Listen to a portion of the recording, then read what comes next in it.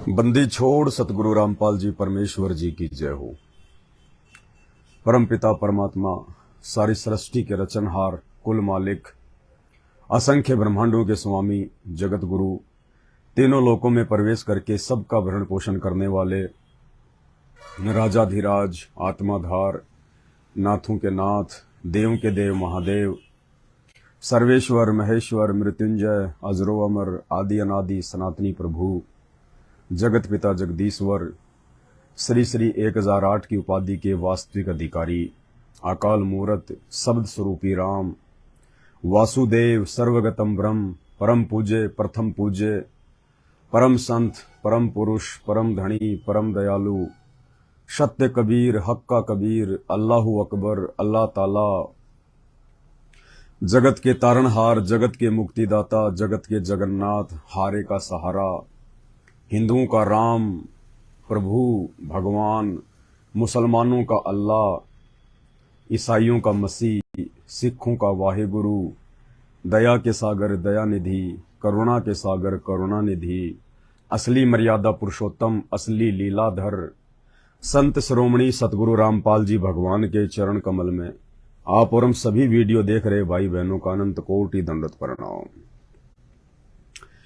विशेष तौर पे आज का वीडियो संत रामपाल जी महाराज जी के तमाम भक्तगणों के लिए, उनकी आंखें खोलने के लिए, और किस प्रकार से काल बली भक्तों की मर्यादा तुड़वाता है उनको विश्वास में लेके, आज इन तमाम विषयों पे हम थोड़ी बहुत चर्चा करेंगे। और विशेष तौर पे रक्षाबंधन पर भी हम चर्चा करेंगे, क्योंकि आज रक्षाबंधन का एक परंपरागत त्योहार है जिसको देखा देखी में मनाया जा रहा है, उस पर भी हम चर्चा करेंगे। सबसे पहले तो मैं मेरे तमाम भगत भाई बहनों को यह कहना चाहूंगा कि 8 वर्षों से बरवाला कांड के बाद से हम सत्सेवक आप लोगों को दिन रात समझाने का प्रयास करते हैं कि भाई ये ज्योति निरंजन है, यहां का भगवान 21 ब्रह्मांड का स्वामी काल है, काल। और ये कोई छोटी मोटी शक्ति नहीं है, कोई छोटी मोटी पावर नहीं है। आप लोग जिस प्रकार से गुरुदेव भगवान के जेल जाने के बाद में आंखें बंद करके भक्ति मार्ग पर देखा देखी में चल रहे हो, ये आने वाले समय में आप लोगों के लिए बहुत बड़ी परेशानी का कारण बन जाएगा। और उस समय गुरुदेव भगवान चाहकर भी आपकी मदद नहीं कर पाएंगे, क्योंकि जैसा आप भक्ति मार्ग पर बोओगे आप वही काटोगे, वैसा ही आपको जो है उस कर्म का परिणाम मिलेगा। तो काल ने बहुत प्रकार से तरह तरह के साम दाम दंड भेद छल कपट अपनाते हुए संत रामपाल जी के जेल जाने के बाद में उनके भक्तों की संत रामपाल जी के कलयुगी परिवार के माध्यम से मर्यादाएं तोड़वाई। हजारों भक्तों को अकाल मौत मरवा दिया उस काल ने संत रामपाल जी के परिवार के माध्यम से। वो चाहे इशार की तारीखों पर आते जाते समय ट्रेन से कट के मरो, चाहे फांसी लगा के मरो, या चाहे कोई बीमारी से मरो, या मर्यादा टूटने से किसी और प्रकार से मरो, हजारों आत्माओं को परमात्मा से दूर करवा दिया। और उस समय सतलोक आश्रम मैनेजमेंट हरियाणा ने, संत रामपाल जी भगवान के कलयुगी परिवार ने भगत समाज को भ्रमित करने के लिए काल प्रेरणा से एक बहुत ही भयंकर और सूक्ष्म चाल चली। क्योंकि जितना भी ये षड्यंत्र जो कर रहे हैं संत रामपाल जी के नाम से उनके परिवार वाले, ये इनका अपना कोई दिमाग नहीं है। संत रामपाल जी का परिवार तो दुनिया का सबसे मंद बुद्धि और बेबुद्धि है। बिल्कुल दिमाग नहीं है उन लोगों में, कोई समझ नहीं है उन लोगों को। सारा का सारा जो कंट्रोल है वो काल कर रहा है। काल ने केवल उनको शतरंज की गोटियों की तरह, शतरंज के मोहरों की तरह निमित्त बना रखा है। जैसा वो रिमोट दबाता है वैसा ये लोग काल प्रेरणा से करते रहते हैं। तो 5-6 वर्ष पहले उसी काल के रिमोट से प्रेरित होकर संत रामपाल जी के परिवार ने हजारों नहीं लाखों भक्तों की मर्यादाएं तोड़वाई, लाखों भक्तों की। और मोहरा किस चीज को बनाया? एक सुप्रीम कोर्ट के वकील को, एपी सिंह को, सुप्रीम कोर्ट के वकील एपी सिंह को उस काल ने संत रामपाल जी के काल प्रेरित परिवार के माध्यम से भगत समाज की मर्यादाएं तुड़वाने के लिए मोहरा बनाया, निमित्त बनाया। और इन्होंने एक ढोंग रचा, एक पाखंड रचा। संत रामपाल जी के भाई ने, जो कि बरवाला कांड का मास्टरमाइंड है, संत रामपाल जी के जेल जाने के पीछे की मुख्य वजह है। ये बात अलग है कि संत रामपाल जी पूर्ण परमात्मा है, परमेश्वर है, किसी की औकात नहीं है कि कोई उनको जेल में बैठा दे, लेकिन कुछ लीलाएं परमात्मा समय के अनुसार करता है, अपनी आत्माओं के ज्ञान आधार से परीक्षा लेने के लिए करता है, अपने परिवार की, अपने वंश की, जो इस काललोक के अनुसार जो परिवार वो बनाते हैं, जो उनके बेटा बेटी भाई बंधु रिश्तेदार होते हैं, उनके पाखंड की, उनके अज्ञान की जड़ें अपने भक्तों तक पहुंचाने के लिए कुछ लीलाएं परमात्मा खेलते हैं। क्योंकि संत रामपाल जी का भक्ति मार्ग पूरी दुनिया में चलेगा और 1000 वर्ष तक चलेगा, निर्बाध रूप से चलेगा। उस भक्ति मार्ग में किसी प्रकार का कोई रोड़ा ना हो, कोई रुकावट ना हो, क्योंकि भक्ति मार्ग में सबसे बड़ा रोड़ा ये परिवारवाद होता है, वंशवाद होता है। परिवार वाले ठेकेदार बन जाते हैं कि ये तो हमारा भगवान है, ये तो हमारा गुरु है, और जैसा हम कहेंगे भगत समाज ने वैसा ही करना पड़ेगा, क्योंकि हमने संत रामपाल जी महाराज जी का पेटेंट करवा लिया है। संत रामपाल जी कोई जगत गुरु नहीं है, संत रामपाल जी तो हमारे घर के गुरु हैं, घर के गुरु। तो ये परिवार वाले ऐसा सोच बैठते हैं अपनी छोटी सोच और काल प्रेरणा से। अब संत रामपाल जी तो परमात्मा है, वो तो सबके माता पिता हैं, सबके जनक हैं, सबके परमेश्वर हैं, जगत गुरु हैं, और उनको अच्छे से पता है क्योंकि वे अंतर्यामी हैं। और चारों युगों का इतिहास भी इस बात का गवाह है। 650 साल पहले जब कबीर जी आए तो काल ने कमाल को उन्हीं के पास में भेज दिया भक्ति मार्ग को अवरुद्ध कराने के लिए। धर्मदास जी से परमात्मा ने मार्ग को आगे बढ़ाने की सोची तो धर्मदास के पुत्र नारायण दास के रूप में काल ने अपना मृत्यु अंधा नाम का दूत भेज दिया। इस बात का भी परमात्मा को अच्छे से पता था। गरीबदास जी के रूप में परमात्मा आए तो उनके बेटों के रूप में, उनके परिवार के रूप में उन्होंने अपने दूत भेज दिए। नानक जी के रूप में परमात्मा ने लीला करी तो नानक जी के दोनों पुत्र श्रीचंद और जयचंद के रूप में काल ने अपने दूत भेज दिए। आगे चल के उन दोनों ने नानक जी के नाम से नए अपने मनमुखी रूप से पंथ चला दिए और नानक जी से इतनी ईर्ष्या करने लग गए कि नानक जी के अंतिम संस्कार में भी उनके दोनों पुत्र नहीं गए। जब आज वही परमात्मा स्वयं सतगुरु रामपाल जी के रूप में स्वरूप में धरती पे आए हुए हैं तो काल कैसे उनके आसपास, उनके परिवार वाले, उनके रिश्तेदारों के रूप में अपने दूत नहीं भेजेगा। तो संत रामपाल जी को इस बात का अच्छे से पता है कि मेरा भाई, मेरे बेटा बेटी, मेरा परिवार, मेरे रिश्तेदार और जो लोग वर्षों से उनके पास में रहा करते थे, जिन्हें हम कोऑर्डिनेटर के नाम से जानते हैं, ये सब के सब लोग काल प्रेरित थे और ये सब के सब लोग संत रामपाल जी के यथार्थ भक्ति मार्ग में रोड़ा बन के ये उल्टे काम कर रहे थे, जिसका नतीजा बरवाला कांड निकला।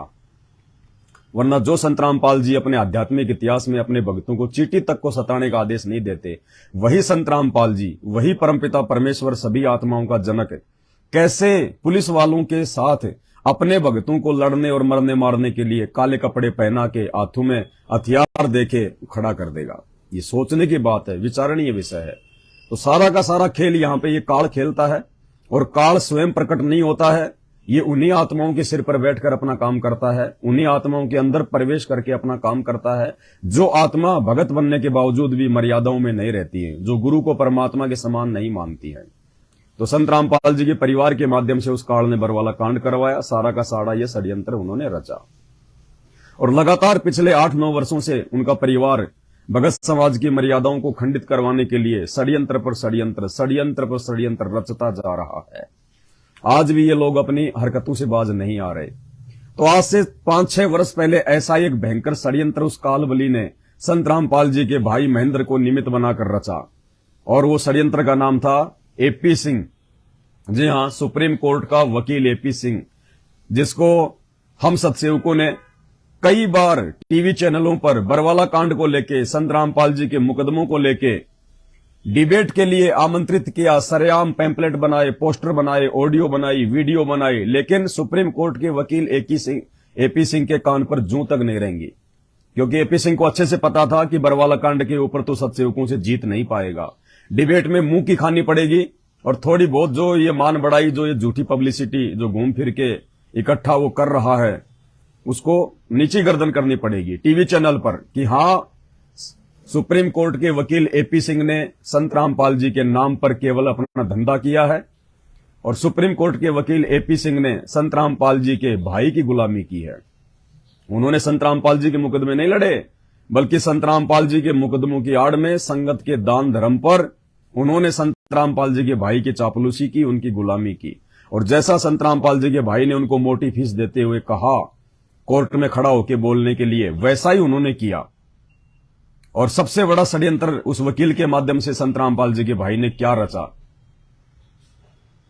संत रामपाल जी के भाई ने एपी सिंह को नाम दीक्षा दिलवा दी, यानी संत रामपाल जी का चेला बना दिया, संत रामपाल जी का भगत बना दिया। और उसके बाद उसको संगत में उतार दिया कि आपको अपनी फीस मिलती रहेगी, आप इस मूर्ख संगत को फंसा के रखिए, जैसा हम कहें वैसा आप संगत में जाके कहिए, आपकी बातों का ये लोग ज्यादा समर्थन करेंगे, क्योंकि संगत हमेशा भोली होती है और यूं कह लीजिए मूर्ख भी होती है। तो आप एक वकील हैं, जाने माने वकील हैं, और जगत वालों की बातों को भगत बहुत ज्यादा महत्व देंगे कि देखो हमारे गुरुजी के लिए जगत वाले भी नारे लगा रहे हैं। तो एपी सिंह को काल प्रेरणा से संगत की मर्यादाएं तोड़वाने के लिए आज से 5-6 वर्ष पहले संत रामपाल जी के मुकदमों के नाम पे उनके भाई के द्वारा संगत में उतार दिया गया। और आपको अच्छे से पता है, जमकर एपी सिंह वकील ने संत रामपाल जी के भक्तों की ऐसी तैसी करवाई, उनकी मर्यादाएं तोड़वाई, हर प्रकार के कुकर्म उनसे करवाए, राजनीति जैसे महाघटिया कर्म भी उस वकील के माध्यम से संत रामपाल जी के भाई ने संगत से करवाए। और एक छोटा सा वीडियो मैं आपको दिखाना चाहूंगा मध्य प्रदेश के भोपाल का, जहां पे 2019 में जब चुनाव थे तो कांग्रेस के समर्थन में सतलोक आश्रम मैनेजमेंट हरियाणा ने संत रामपाल जी के कलयुगी भाई ने एपी सिंह वकील को मोहरा बनाकर संगत की ऐसी की तैसी करवाई। और दिग्विजय सिंह को साथ में लेके एपी सिंह ने संत रामपाल जी के भक्तों के पास में खूब आना जाना किया, खूब मीटिंग्स वगैरह ली, और कैसे लोगों को मूर्ख बनाया संत रामपाल जी के भगत होकर, संत रामपाल जी की भक्ति का नाम लेकर, संत रामपाल जी की आड़ लेकर। देखिएगा एक छोटा सा वीडियो भोपाल का 2 मिनट का। मध्य प्रदेश का जो स्टेट कोऑर्डिनेटर है विष्णु साहू, उसके साथ में एपी सिंह, और एपी सिंह के साथ में कांग्रेस नेता दिग्विजय सिंह। और कैसे वोटों के लिए, जबकि राजनीति के लिए संत रामपाल जी ने स्पष्ट तौर पर अपने भक्तों को मना किया हुआ है कि हमने बिल्कुल भी राजनीति नहीं करनी है, हमने देखा देखी में किसी के कहने पे वोट वगैरह नहीं डालना है। बहुत सारी बातें संत रामपाल जी ने राजनीति के विषय में बताई है कि आपके द्वारा चुना गया जो कैंडिडेट है वो जो भी कर्म और कुकर्म करेगा उसी अनुपात में आपको भी भोगना पड़ेगा। इसलिए संत रामपाल जी ने अपने भक्तों को राजनीति से हमेशा दूर रहने की सलाह दी है। लेकिन देखिए एपी सिंह के माध्यम से कैसे उस काल ने ये तांडव मचाया। आदरणीय एपी सिंह जी, आदरणीय विष्णुदास जी, हमारे रामपाल जी महाराज के सभी आदरणीय अनुयायी भाइयों और बहनों, सबसे पहले तो माफी चाहता हूं देर से आया, लेकिन आप जानते हैं, देखता हूं कि सुबह टाइम पर निकलते हैं तो धीरे धीरे विलम्ब होता चला जाता है। हर आदमी चाहता है माफी करो, माफी करो। रामपाल जी महाराज के इतने शिष्य होंगे मुझे तो अंदाजा नहीं होता। आपके पोलिंग पे एजेंट है, ये पोलिंग एजेंट वहां मिलेंगे। कांग्रेस नेता दिग्विजय सिंह कह रहा है कि मुझे तो यकीन ही नहीं कि संत रामपाल जी महाराज के इतने भगत होंगे। तो तुरंत संत रामपाल जी का भूतपूर्व भगत एपी सिंह खड़ा होकर कह रहा है कि नहीं, ये तो खाली आपके पोलिंग एजेंट है, पोलिंग एजेंट, ये तो खाली दलाल हैं। ये संत रामपाल जी के जितने भगत आप देख रहे हो सामने बैठे हुए, ये तो खाली आपके कार्यकर्ता बनेंगे, ये तो आपके पोलिंग एजेंट, पोलिंग एजेंट। सतगुरु के भक्तों को राजनेताओं का एजेंट बना दिया, दलाल बना दिया। ध्यान से सुनिएगा। आप जीतने के बाद बोलिएगा, बंदी रुकना नहीं चाहिए हमें कुछ भी। रामपाल जी महाराज के इतने शिष्य होंगे मुझे तो अंदाजा नहीं होता। पदाधिकारी आपके पोलिंग पे एजेंट चाहिए पोलिंग एजेंट वहाँ मिलेंगे। ऐसे हैं कि 1 रुपया नहीं चाहिए, हमें कुछ भी नहीं चाहिए, हमारी आंख सिर्फ संसद में रख देना, लगाएंगे सब पैसा हम लगाएंगे।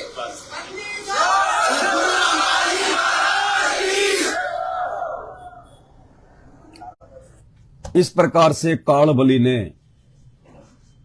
सतलोक आश्रम मैनेजमेंट हरियाणा के सर पर बैठकर इस वकील के माध्यम से संगत की ऐसी तैसी करवाई, घटिया राजनीति का हिस्सा बना के एपी सिंह वकील को संत रामपाल जी का भगत बनाने का ढोंग रचा के, ताकि मूर्ख संगत आसानी से हमारे जाल में फंसी रहे, हमारे कब्जे में रहे, दान धर्म आता रहे और मूर्ख संगत ये सोचे कि संत रामपाल जी के भाई ने, सतलोक आश्रम मैनेजमेंट ने संत रामपाल जी को जेल से बाहर निकलवाने के लिए सुप्रीम कोर्ट के वकील एपी सिंह को बना लिया, एपी सिंह को बना लिया और एपी सिंह जाके संगत में लंबी लंबी बातें फेंकने लग गया, लंबे लंबे नारे लगाने लग गया। दिल्ली में जंतर मंतर से खड़ा होके, भक्तों इतनी जोर से बोलो कि हिसार की दीवारों तक तुम्हारी आवाज चली जाए, बंदी छोड़ संत रामपाल जी दास जी महाराज की जय। और वो मूर्ख संगत, वो लाखों की भीड़ इस षड्यंत्र को ना समझते हुए और उनकी हाँ में हाँ मिलाती रही। संत रामपाल जी की जमानत के नाम पे, संत रामपाल जी के वकीलों की फीस के नाम पे लाखों में, करोड़ों में, अरबों में उन काल प्रेरित लोगों को जमकर दान धर्म किया और नतीजा क्या हुआ? कुपात्रों को दान देने के चलते सबकी मर्यादा खंडित हुई। और जैसे ही उस काल का वो षड्यंत्र सफल हुआ, काल अपनी साजिश में सफल हुआ कि मैंने हजारों मूर्खों की मर्यादाएं तुड़वा दी हैं, हजारों मूर्खों को मैंने जो है भक्ति मार्ग से बिल्कुल मैंने दूर कर दिया है। और उसके बाद संत रामपाल जी के भाई ने एपी सिंह को ऐसे बाहर निकाल के फेंक दिया जैसे दूध से मरी हुई मक्खी को कोई निकाल के फेंक देता है कि एपी सिंह अब तू हमारे किसी काम का नहीं है। हमने जो दान धर्म लोगों से संत रामपाल जी की जमानत के नाम पे तेरे को मोहरा बना के लूटना था, वो हमने लूट लिया। और हमारा जो मकसद था कि संत रामपाल जी सदा सदा के लिए जेल में फिट हो जाएं, उनके ऊपर उम्र कैद की सजा हो जाए या उनको फांसी हो जाए, तो हमारा जो मकसद था संत रामपाल जी की आड़ में ये धार्मिक धंधा करने के लिए कि संत रामपाल जी कभी जेल से बाहर ना आए, उनको डबल डबल उम्र कैद की सजा हो चुकी है क्योंकि इन वकीलों ने ढंग से कोर्टों में वो पैरवी नहीं की, क्योंकि फीस इन वकीलों को संत रामपाल जी हिसार जेल में बैठ के नहीं बल्कि संत रामपाल जी का भाई दिया करता था। तो वकील को संत रामपाल जी से कोई मतलब नहीं होता, वकील को अपनी फीस से मतलब होता है। तो जैसा संत रामपाल जी के भाई ने कहा वैसा इन वकीलों ने किया और आज भी कर रहे हैं। और जैसे ही सतलोक आश्रम मैनेजमेंट हरियाणा का वो परियोजन सफल हुआ, कोर्ट के द्वारा संत रामपाल जी को आजीवन उम्र कैद की सजा सुनाई गई डबल डबल, उसी दिन संत रामपाल जी के भाई ने एपी सिंह को मरी हुई मक्खी की तरह निकाल के बाहर फेंक दिया। और अब देखिए वो एपी सिंह वकील जिसको तुम अपना भगत भाई समझ के, जिसके साथ ताल से ताल मिला के तुम जयकारे लगाया करते थे और तुम ये बहुत बड़ी एक उम्मीद लगा बैठे थे कि एपी सिंह वकील आ गया, अब तो संत रामपाल जी को जेल से बाहर निकालने में बिल्कुल सफल हो जाएंगे। ये तुम्हारी मूर्खता, ये अज्ञानता, काल तुम्हें ठग रहा था और तुम ठगे जा रहे थे। अब देखिए वो एपी सिंह वकील, आपका गुरु भाई, संत रामपाल जी का चेला, संत रामपाल जी का भगत, उस समय भी खाली संत रामपाल जी का भगत ही पब्लिसिटी के लिए बना था, अपनी टीआरपी के लिए बना था, मान बढ़ाई के लिए बना था, मोटी फीस के लिए बना था। और तुम्हारा वो भगत भाई, आज रक्षाबंधन का त्योहार है और संत रामपाल जी ने अपने भक्तों को रक्षाबंधन बनाने के लिए बिल्कुल मना कर रखा है। ये आप सबको अच्छे से पता है, जितने भी आप उनके फॉलोवर हैं। तो ये तुम्हारा भगत भाई क्या कर रहा है?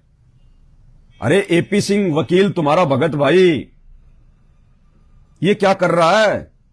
पाकिस्तान से जो लड़की आई हुई है, सीमा हैदर, दिल्ली के नोएडा में रहती है, अरे उसके घर पे पहुंच गया, उसका भाई बन गया, राखी बंधवाने के लिए गया है। हां जी, संत रामपाल जी का चेला, संत रामपाल जी का भूतपूर्व चेला डॉक्टर एपी सिंह वकील, आप मूर्ख संगत का ये गुरु भाई भूतपूर्व गुरु भाई उस सीमा हैदर के घर पे राखी बंधवाने गया, मिठाई लेके गया है, तिलक लगवा रखा है, राखी बंधवाई है, और रक्षाबंधन को लेके क्या स्टेटमेंट दे रहा है तुम्हारे गुरुजी के ज्ञान की धज्जियां उड़ाते हुए। ये तुम्हारा गुरु भाई एपी सिंह वकील, जिन्होंने हजारों भक्तों की मर्यादा और भक्ति की ऐसी तैसी करवा दी, सैकड़ों लोगों को मौत के घाट उतरवा दिया उनकी मर्यादाएं तोड़वा के। और उस समय हम लोग चीख रहे थे, चिल्ला रहे थे कि रे मूर्ख संगत जाग जाओ, ये काल का षड्यंत्र है, ये कोई वकील फकील नहीं है। इन वकीलों को केवल अपनी फीस से मतलब है, केवल अपनी मान बढ़ाई और पब्लिसिटी से मतलब है। भाड़ में जाए संत रामपाल जी, भाड़ में जाए संत रामपाल जी की संगत है। ये वकील हैं, ये धंधे वाले लोग हैं, इनके अंदर कोई भावना नहीं होती, इनके अंदर कोई दया भाव नहीं होता, इनके अंदर कोई सहानुभूति नहीं होती। जिस प्रकार एक कौवा गधे की पीठ पे बैठकर और उसके जख्म को खाता रहता है, और वो केवल अपना पेट भरना जानता है, उसको उस जानवर की पीड़ा से कोई मतलब नहीं है। तो बहुत समझाया था आप लोगों को, लेकिन नहीं, आप लोगों ने तो अपनी ऐसी की तैसी करवानी थी, अपनी मर्यादाएं जो है तुड़वा के परमात्मा से दूर होना था। तो देखिए तुम्हारा वही भगत भाई एपी सिंह वकील आज 31 अगस्त 2023 को दिल्ली के नोएडा में बैठा है, पाकिस्तानी सीमा हैदर के घर पे मिठाई का डब्बा लेके गया है, राखी बंधवा रहा है टीआरपी के लिए, पब्लिसिटी के लिए, मान बढ़ाई के लिए, क्योंकि ऐसे लोग कभी भगत नहीं बन सकते। हां, तुम लोगों की भक्ति जरूर खंडित करवा सकते हैं, वो उसने करवा दी। तो देख लिए सतलोक आश्रम मैनेजमेंट हरियाणा और उनके पीछे जुड़ी हुई लाखों की अंध भक्तों की अंध संगत का गुरु भाई एपी सिंह वकील, सुप्रीम कोर्ट का वकील एपी सिंह वकील, संत रामपाल जी को छुड़वा लेगा, गुरु जी को छुड़वा लेगा, एपी सिंह आ गया। अरे वाह, सुनिए तुम्हारे भाई की स्टेटमेंट रक्षाबंधन को लेके। न्यूज इंडिया पर आपके साथ मैं मानव यादव और मेरे साथ आप जो तस्वीर आप देख रहे हैं उससे आप खुद ही समझ गए होंगे, क्योंकि राखी का त्योहार नजदीक है और एक साड़ी मेरे हाथ में है, बच्चों के कपड़े हैं, और तस्वीर में आपको एपी सिंह साहब जो सीमा सचिन के वकील हैं खुद यहाँ पर बैठे हुए। न्यूज इंडिया पर आपके साथ मैं मानव यादव और मेरे साथ आप जो तस्वीर आप देख रहे हैं उससे आप खुद ही समझ गए होंगे, क्योंकि राखी का त्योहार नजदीक है और एक साड़ी मेरे हाथ में है, बच्चों के कपड़े हैं, और तस्वीर में आपको एपी सिंह साहब जो सीमा सचिन के वकील हैं खुद यहाँ पर बैठे हुए मौजूद। तोहफा लेके आए आप सीमा के लिए, राखी बांधी है। राखी बांधी है, बिल्कुल राखी बांधी। हमारे यहाँ राखी का बंधन ये सिर्फ कच्चा धागा नहीं है, ये प्यार है। ये प्यार की रीति रिवाज, पद्धति, संस्कृति, हमारी मान मर्यादा, सारी कुछ, हमारी इज्जत सम्मान की परवाह मेरी बहन को रहती है, और बहन के सारे दुखों की चिंता भाई को रहती है। ऐसी हमारी सामाजिक परंपरा है, ऐसी सनातन धर्म की पद्धति और रीति रिवाज है, इसीलिए हम इसको निभाएंगे। अभी तक आप सीमा सचिन के वकील के रूप में काम कर रहे थे, लेकिन अब आप भाई बन गए सीमा के हाथ से। आज से भाई हूँ, पक्का भाई हूँ। रक्षाबंधन का त्योहार पूरे जीवन भर, राखी बंधन का त्योहार पूरे जीवन भर की शपथ है कि इसके सारे दुख। आज से सीमा का भाई हूं और पक्का भाई हूं। ऐसा ही एक समय ये संत रामपाल जी के लिए कहा करता था कि संत रामपाल जी का चेला हूं और पक्का चेला हूं। और ये पक्का चेला ये रक्षाबंधन मना रहा है, उन्हीं संत रामपाल जी महाराज जी के ज्ञान की धज्जियां उड़ा रहा है, आप सभी भगत भाई बहनों के मुंह पे तमाचा मार रहा है। तुम्हारा गुरु भाई दुनिया को क्या संदेशा दे रहा है तुम्हारे गुरु के ज्ञान के विपरीत चल के? अंध भगत तुम हो, सबसे बड़े अंध भगत, दुनिया के सबसे बड़े अंध भगत संत रामपाल जी के भगत हैं। वो भगत जो संत रामपाल जी के काल प्रेरित परिवार के पीछे आंखों पे काली पट्टी बांध के गांधारी की तरह चल रहे हैं। दुनिया के सबसे बड़े अंध भगत हैं ये, सबसे बड़े अंध भगत। और उसी अंध भक्ति के चलते काल इनकी रोज ऐसे तैसी करता है, रोज इनके ऐसे तैसी करता है। किसी को एक्सीडेंट में मारता है, किसी को हारी और बीमारी से मारता है, किसी के घर में लड़ाई झगड़े, परेशानियां, बीमारियां, हॉस्पिटल में पड़े हैं, आश्रमों में मरते हैं ट्रैक्टर के नीचे दब दब के, आश्रमों में आते जाते समय रोड एक्सीडेंट में मर रहे हैं। ये नतीजा है मर्यादा तोड़ने का, संत रामपाल जी के ज्ञान के विपरीत चलने का। अब भुगतो। ये तुम्हारा भाई ये एपी सिंह ये रक्षाबंधन मना रहा, अब करो इसको फोन, करो इनको फोन कि भाई तू क्या कर रहा है, तू तो संत रामपाल जी का चेला है, क्यों अपने गुरुजी की बेइज्जती कर रहा है? संत रामपाल जी तो मना करते हैं रक्षाबंधन का त्योहार मनाने के लिए। संत रामपाल जी तो मना करते हैं इन फालतू की इन परंपराओं का निर्वाह करने के लिए। फिर ये क्या कर रहा है तुम्हारा भाई एपी सिंह? यही होता है काल का सूक्ष्म चाल, काल का षड्यंत्र इसी को कहते हैं। और इस काल के षड्यंत्र को समझने की ये बुद्धि परमात्मा ने केवल सत्सेवकों को बख्शी है। संत रामपाल जी ने अपने कलयुगी परिवार को नहीं बख्शी। उस परिवार का तो सत्यानाश होना है आने वाले समय में, उस परिवार का तो सत्यानाश होना है, क्योंकि संत रामपाल जी के मार्ग में सबसे बड़ा रोड़ा उनका परिवार है। और जैसे कर्म वो परिवार वर्तमान में उनके ज्ञान और मर्यादाओं के खिलाफ जाकर कर रहा है, तो कहते हैं राम किसी को मारे नहीं, मारे तो हत्यारा राम, अपने आप ही मर जाएंगे वो कर कर खोटे काम। तो संत रामपाल जी ने अपने भक्तों को ये रक्षाबंधन जैसा परंपरागत त्योहार मनाने के लिए मना किया है। यदि हमने भक्ति करनी है तो, क्योंकि भक्ति मार्ग में सतगुरु का वचन सर्वोपरि होता है। हमने सतगुरु के वचन की लाज रखनी है। हमने इस फोकट की फालतू की इस परंपरा का निर्वाह करके हमने किसी जगत वालों की लाज नहीं रखनी, हमने बहन की लाज नहीं रखनी, हमने रिश्तेदारों की लाज नहीं रखनी। संत रामपाल जी ने रिश्तेदारों का आदर सत्कार करने के दूसरे तरीके बताए हैं। राखी बांधने से कोई ज्यादा प्यार प्रेम नहीं बढ़ता है। भाई ना आपके घर पे आवे, उसको प्यार से बोलो, उसको इज्जत दो, अच्छा अच्छा उसको खाना खिलाओ, उसके दुख में तुम दुखी हो, उसकी मदद करो। ये होता है बहन को इज्जत देना। खाली साल में एक बार आके 5 रुपए की राखी बांध के 5,000 रुपए ले जाए, वो भाई बहन का प्यार नहीं है, वो सवारथ है। सवारथ बहन केवल इसलिए आती है राखी बांधने के लिए कि भाई माया देगा, माया मोटा पैसा देगा भाई, और कोई नहीं है इससे ज्यादा, कोई भाई बहन नहीं है। तो संत रामपाल जी ने अपने भक्तों को रक्षाबंधन मनाने के लिए मना किया है, और इसके बावजूद तुम्हारा गुरु भाई एपी सिंह रक्षाबंधन मना रहा है और मीडिया के माध्यम से उसका प्रचार प्रसार भी कर रहा है कि देखो मैं संत रामपाल जी का भगत और कैसे संत रामपाल जी के ज्ञान की धज्जियां उड़ा रहा हूं। तो भाई और बहनों, हमने गुरु मर्यादा को लेकर चलना है। और संत रामपाल जी ने क्यों मना किया? ये पूर्ण परमात्मा है, पूर्ण परमेश्वर है। ये आप और हमसे ये सत भक्ति करवा के और सदा सदा के लिए हमारे को इन बंधनों से छुड़वाने के लिए आया है, हमारे को ऋण संबंधों से छुड़वाने के लिए आया है। क्योंकि हम यहां पे इस काललोक में ऋण संबंधों के चलते ही आपस में जो है बंधे हुए हैं, और इन्हीं ऋण संबंधों के चलते हम गधे कुत्ते सुअर बनते हैं। दर बदर हमारे जन्म और मृत्यु होते रहते हैं। अरे तो परमात्मा तो हमारे को इन बंधनों से बाहर निकालने के लिए आए हैं, और हम लोग ये रक्षाबंधन का त्योहार मना के बहन की इज्जत के ठेकेदार बन के हम तो और ज्यादा ऋण संबंधों में बंध रहे हैं। और वैसे तो इस रक्षाबंधन का कोई सिर पैर ही नहीं है, इसका कोई इतिहास ही नहीं है।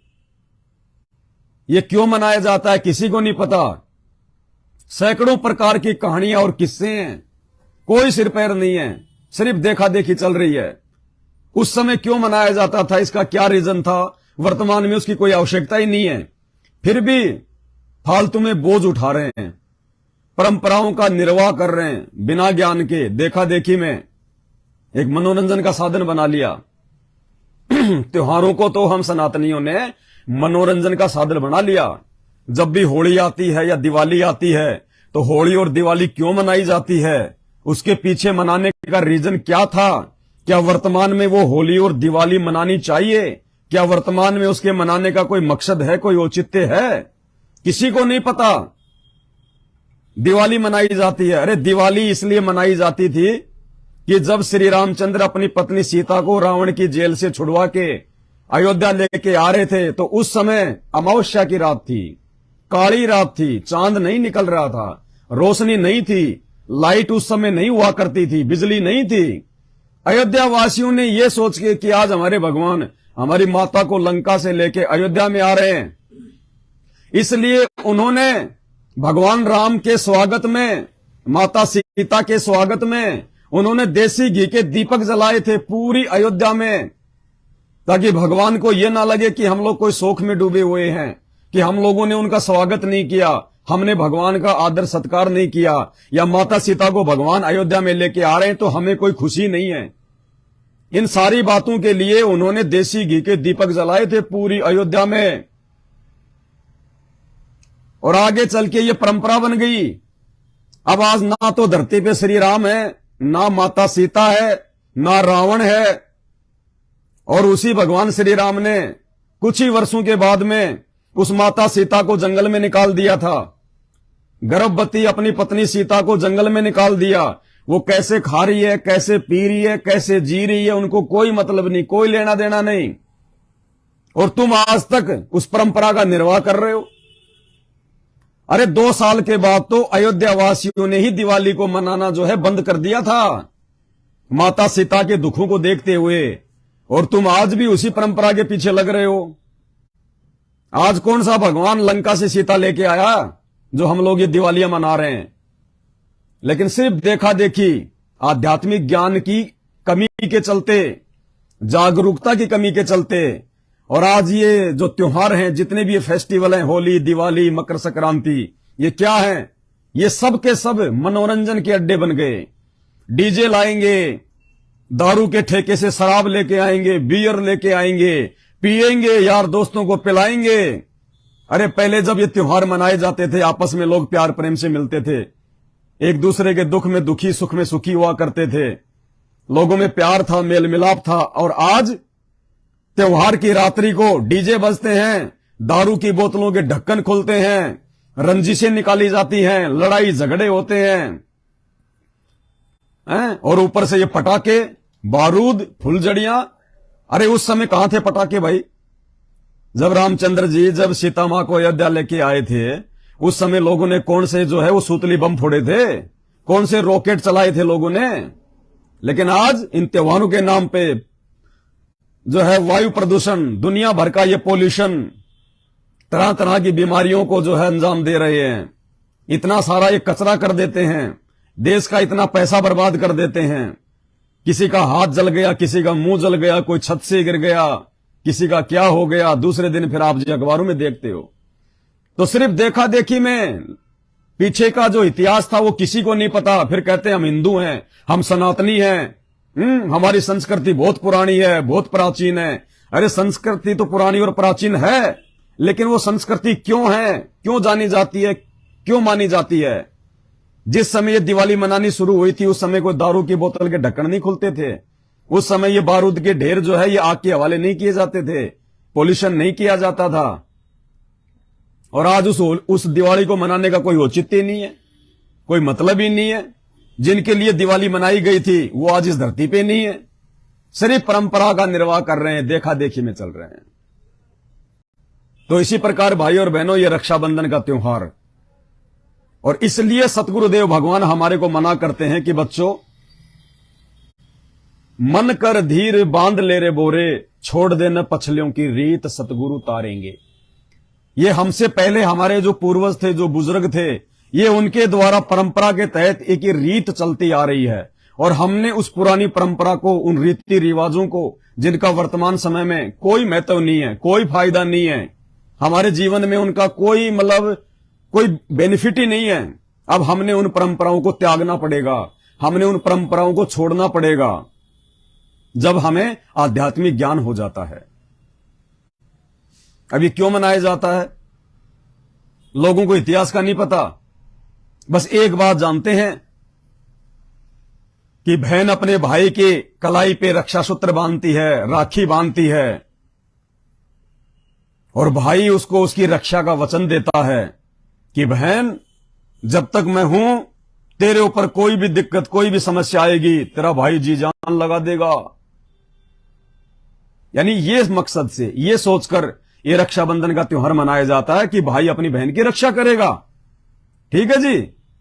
अब जैसे ही बहन भाई के रक्षाबंधन पे रक्षा सूत्र बांध के 5-7 राखियां बांध के 1000, 1500, 2000, 5000 रुपए, 2-4 जोड़ी कपड़ों की लेके जैसे ही अपने ससुराल में जाती है, और रास्ते में उस बहन का उस बस में एक्सीडेंट हो जाता है, रास्ते में बहन की गाड़ी का एक्सीडेंट हो गया और बहन की मृत्यु हो गई। अब भाई ने क्या रक्षा कर ली अपनी बहन की?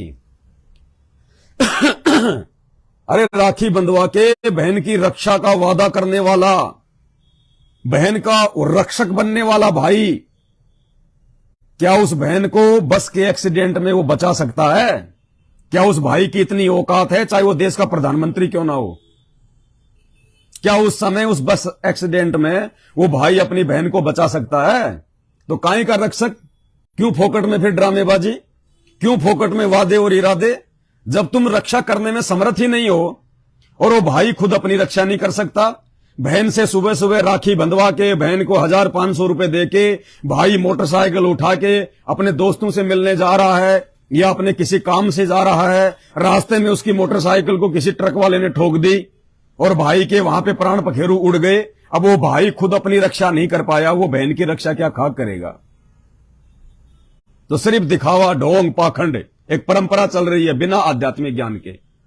पहले हम भी इन्हीं पाखंड में थे, हम भी इन्हीं परंपराओं का निर्वाह कर रहे थे, लेकिन ये हमारा परम सौभाग्य कि सतगुरुदेव भगवान सतगुरु रामपाल जी ने आके हमें आध्यात्मिक ज्ञान से रूबरू करा, परिचित करवाया।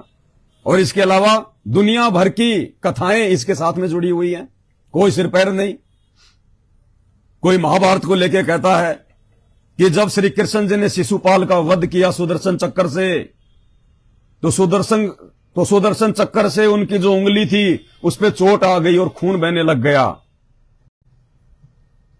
उसके बाद में द्रौपदी ने अपनी साड़ी का पल्लू फाड़ के और उनकी उंगली के बांधी और श्री कृष्ण जी ने उनको आशीर्वाद दिया कि बहन, जैसे आज तूने मेरी रक्षा करी है, जैसे आज तूने अपने भाई को ये साड़ी का ये टुकड़ा बांधा है, बहन एक समय मैं भी तेरी रक्षा करूंगा। बताओ, कोई सिर नहीं, कोई पैर नहीं इस कहानी का। अरे श्री कृष्ण जी अर्थात विष्णु भगवान का सुदर्शन चक्कर, अरे तो 24 घंटे उनकी उंगली में घूमता ही रहता है। उस दिन क्या हो गया था जब वो शिशुपाल को मारने गया था? वो सुदर्शन चक्कर नाराज हो गया था क्या? या सुदर्शन चक्कर को जो है कोई मतलब कोई दिक्कत हो गई थी, या उसके बैरिंग में कोई प्रॉब्लम हो गई थी जो उसने श्री कृष्ण जी की उंगली फोड़ दी? अरे वो तो खाली एक दिखावट के लिए रखते हैं, वो उंगली से टच होके थोड़ी चलता है। श्री कृष्ण जी की उंगली में कोई बैरिंग थोड़ी लग रहे थे जो घुमाने के काम आता था, जिससे उनको चोट लग गई। कोई सिर पैर नहीं इन कहानियों का, इन कथाओं का। कहते हैं उसके बाद में फिर ये रक्षाबंधन की परंपरा शुरू हो गई। वाह भाई वाह। फिर कोई कहता है कि एक बार देवताओं का राक्षसों का युद्ध हो रहा था, इंद्र भी उसमें लड़ाई लड़ रहा था देवासुर संग्राम में, और जो राक्षस थे वो इंद्र के ऊपर भारी पड़ गए। तो इंद्र ने भागकर अपने गुरु बृहस्पति की शरण ली और कहा कि भगवान हमारी रक्षा करो गुरुदेव, राक्षस तो हम पे भारी पड़ रहे हैं। तो देवताओं के राजा बृहस्पति ने इंद्र की पटरानी सची को बुलाया, यानी इंद्र की औरत को बुलाया, और कहा कि बेटी ये मंत्र जाप करते हुए तू अपने पति को ये रक्षा सूत्र बांध दे और तेरा पति युद्ध में विजय हो जाएगा। तो इंद्र की पटरानी ने वो मंत्र बोलते हुए इंद्र की कलाई पे धागा बांध दिया, और कहते हैं उसके बाद उस रक्षा सूत्र के कारण इंद्र देवासुर संग्राम में विजय हो गया, और उसके बाद से ये रक्षाबंधन की परंपरा शुरू हो गई। वाह भाई वाह। कोई कह रहा एक बार राजा बलि ने भगवान विष्णु की तपस्या करके उनको प्रसन्न कर लिया और उनसे वरदान प्राप्त कर लिया कि आज से आप मेरे साथ में रहोगे। तो वचन में बंधे हुए भगवान विष्णु बलि के साथ में रहने लग गए। अब उधर माता लक्ष्मी को चिंता होगी कि मेरा पति तो मेरे साथ में रहता ही नहीं। तो माता लक्ष्मी ने नीचे आके बलि राजा को रक्षा सूत्र बांधा, और उसके उपहार में, उसके बदले में उसने अपना पति मांग लिया कि मेरा विष्णु मुझे वापस दे दे। उसके बाद से रक्षाबंधन का त्योहार शुरू हो गया। तो कोई कहता है कि राजस्थान के मेवाड़ क्षेत्र की रानी कर्णावती, चित्तौड़गढ़ की रानी कर्णावती, उसके राज्य पे मुगल बादशाह बहादुर शाह ने जो है वो चढ़ाई कर दी। अब रानी कर्णावती ने अपनी सहायता के लिए दिल्ली के सम्राट मुगल बादशाह हुमायूं के पास में राखी भेजी कि आप मेरी रक्षा करो बहादुर शाह से। तो हुमायूं ने आके और बहादुर शाह से मेवाड़ की रक्षा की। उसके बाद से रक्षाबंधन का त्योहार शुरू हो गया। अरे कोई सिर पैर है? कोई एक कहानी है? कोई सैकड़ों मिल जाएंगे आपको, गूगल पे जाके सर्च कर लेना, भर रखा लोगों ने। कोई सिर पैर नहीं। इसलिए सतगुरु रामपाल जी भगवान कहते हैं, मन कर धीर बांध ले रे बोरे, कि हे मूर्ख प्राणी, इस ज्ञान को आधार बना के थोड़ी सी दृढ़ता लेके अपने अंदर थोड़ी हिम्मत कर और छोड़ देना पछलियों की रीत। यानी आज से पहले तेरे जो पहले वाले जो पूर्वज थे, जिन्होंने बेचारों ने देखा देखी में, बेचारे अनपढ़ थे, अक्षर ज्ञान नहीं था, जैसा भी उनको समाज के ठेकेदारों के द्वारा, धर्म गुरुओं के द्वारा जो भी उनको बता दिया जाता था धर्म के नाम पे, वैसा ही बेचारे वो करने लग जाते थे कि पंडित जी तो नालंदा विश्वविद्यालय में संस्कृत पढ़ के आए हैं, हमारे गुरुजी तो काशी विश्वविद्यालय में चारों वेदों का ज्ञान प्राप्त करके आए हैं। तो हमारे गुरुदेव जो कह रहे हैं वो तो वेदों में भी लिखा होगा, गीता में भी लिखा होगा, भाई ऐसा ही कर लो। तो वो बेचारे भोले हमारे पूर्वज जो अनपढ़ थे, जिनको शास्त्रों का ज्ञान नहीं था, जैसा वो नकली धर्मगुरु उनको कहते थे, बेचारे वैसा ही करने लग जाते थे। और आज तक हम उसी परिपाटी को, वो सांप वाली लकीर को हम पीटते आ रहे हैं। तो भाई और बहनों, यदि अब हमने सतलोक की भक्ति करनी है, अगर हमने 84 लाख योनियों से बाहर निकलना है, तो हमने अपने गुरु के वचन पे चलना पड़ेगा। सतगुरु रामपाल जी भगवान की प्रत्येक मर्यादा में चलना पड़ेगा। वो भाई बहन का रक्षक नहीं हो सकता। वो एक छोटा सा धागा, वो धागा भी आजकल वो फैशनेबल बन गया। अरे पहले तो फोम के आते थे मोटे मोटे, उनके ऊपर एक सितारा सा आता था, मोटी मोटी राखियां होती थी, एक ही राखी बहुत होती थी पूरे हाथ को भरने के लिए। और आजकल कोई चांदी का ब्रासलेट लेके आ रही है कि भाई को चांदी का ब्रासलेट दूंगी रक्षाबंधन के नाम पे। तो 5,000 का ब्रासलेट है तो भाई कम से कम 21,000 तो देगा। कोई सोने की जो है सोने की पॉलिश किया हुआ लेके आ रही है। कोई तरह तरह की रंग बिरंगी फैशनेबल। अब ये सब दिखावा हो गया, पाखंड हो गया। आज कोई भी आदमी जो राखी आज से 20 साल पहले जो बांधी जाती थी, एक मोटा सा एक फोम होता था, गद्दा सा फोम बर्फी के जैसा, और उसके ऊपर एक फूल होता था, इतनी बड़ी राखी होती थी। आज कोई भी माई का लाल मेरे को बांध के दिखा दे, वो राखी कोई भी बांध के दिखा दे, बेइज्जती महसूस होगी कि ये क्या बांध दिया, इतना मोटा सारा। लोग देखेंगे तो हंसेंगे, अरे यार 21वीं सदी में तू ये मोटा सारा ये गद्दा बंधवा के आ गया। कोई नहीं बंधवाता, वो राखियां बंद हो गई। तो ये मान बढ़ाई का प्रतीक है, ये सब मान बढ़ाई का हो गया। कोई भाई बहन की कोई रक्षा नहीं, ना भाई अपनी रक्षा कर सकता, ना बहन अपनी रक्षा कर सकती। वो बहन का पति रोज शराब पी के उसकी जो है सोडसी भरता है, बचा लो ना वो उसका भाई। वो भाई भी नहीं जाता कि कहीं मेरे ऊपर भी कोई 420 का मुकदमा ना लगा दे वो जीजा जी। कोई नहीं जाता। वो बोलते हैं बहन तेरे को शादी वादी कर दी, सब कुछ कर दिया, तू जाने तेरा काम जाने। भाई बहन का प्यार तो है ही नहीं आज वर्तमान में। ये भाई बहन का प्यार बढ़ेगा संत रामपाल जी की भक्ति से, संत रामपाल जी के ज्ञान से। ये कोई तरीका नहीं है भाई बहन का ये प्यार बढ़ाने का। ये तो केवल पैसों के लिए है, एक दिन का दिखावा है, इससे ज्यादा कुछ नहीं है। तो भाई और बहनों, वो भाई वाला काम भी, उस बहन के लिए भाई वाला काम भी सतगुरु करेगा। परमात्मा कर सकता है वो रक्षा, वो भाई रक्षा नहीं कर सकता। वो रक्षा भी सतगुरु कर सकता है, परमात्मा कर सकता है। उनको चाहे परमात्मा कहो चाहे सतगुरु कहो, और वो सतगुरु वो परमात्मा आज धरती पे संत रामपाल जी हैं। संत रामपाल जी जो रक्षा संत रामपाल जी कर देगा, वो रक्षा यहां का भाई तो लाख जन्म भी नहीं कर सकता। और इसीलिए कहते हैं तमेव माता च पिता तमेव, तमेव बंधु च सखा तमेव। एक भाई की भूमिका भी वो परमात्मा निभाता है, मां बाप की भूमिका भी परमात्मा निभाता है। तो उस परमात्मा से बढ़ के, सतगुरु से बढ़ के उस बहन की रक्षा, उस भाई की रक्षा और कोई नहीं कर सकता। अरे आपने अपने बच्चों को सुबह नहलाया, टिफिन पैक कर दिया, ड्रेस पहना दी, स्कूल की बस आई गेट के आगे, आपने बच्चे को स्कूल की बस में बैठा दिया और 2 किलोमीटर जाके फोन आता है कि साहब वो बच्चों वाली जो बस थी वो एक्सीडेंट हो गई और 5 बच्चे मर गए। बताइए, आप बचा लोगे अपने बच्चे को? उस एक्सीडेंट से आप अपने बच्चे को बचा सकते हो क्या? आप चाहे देश के प्रधानमंत्री क्यों ना हो, आप चाहे देश के राष्ट्रपति क्यों ना हो, क्या आप उस एक्सीडेंट में अपने बच्चे को बचा सकते हो? आप नहीं बचा सकते, क्योंकि आप एक जीव हैं, आप एक आत्मा हैं। वहां पे जो काम वो परमात्मा कर सकता है, जो भूमिका परमात्मा निभा सकता है, कोई नहीं निभा सकता। जिस समय द्रौपदी का चीरहरण किया जा रहा था, उसको नंगा किया जा रहा था, उसकी साड़ी उतारी जा रही थी, द्रौपदी के भाई कहां चले गए थे? अरे आजकल के भाई तो बहुत छोटी मोटी चीज है, दारू पी के पड़े रहते हैं कहीं पे। उनको अपनी बहनों से ज्यादा तो अपनी बीवियों की चिंता है। अरे द्रौपदी के भाई कहां चले गए थे? वो तो एक से एक बलशाली होंगे। उसी सभा में द्रौपदी के भाइयों से बढ़ के भीष्म पितामह बैठा हुआ था। भीष्म पितामह,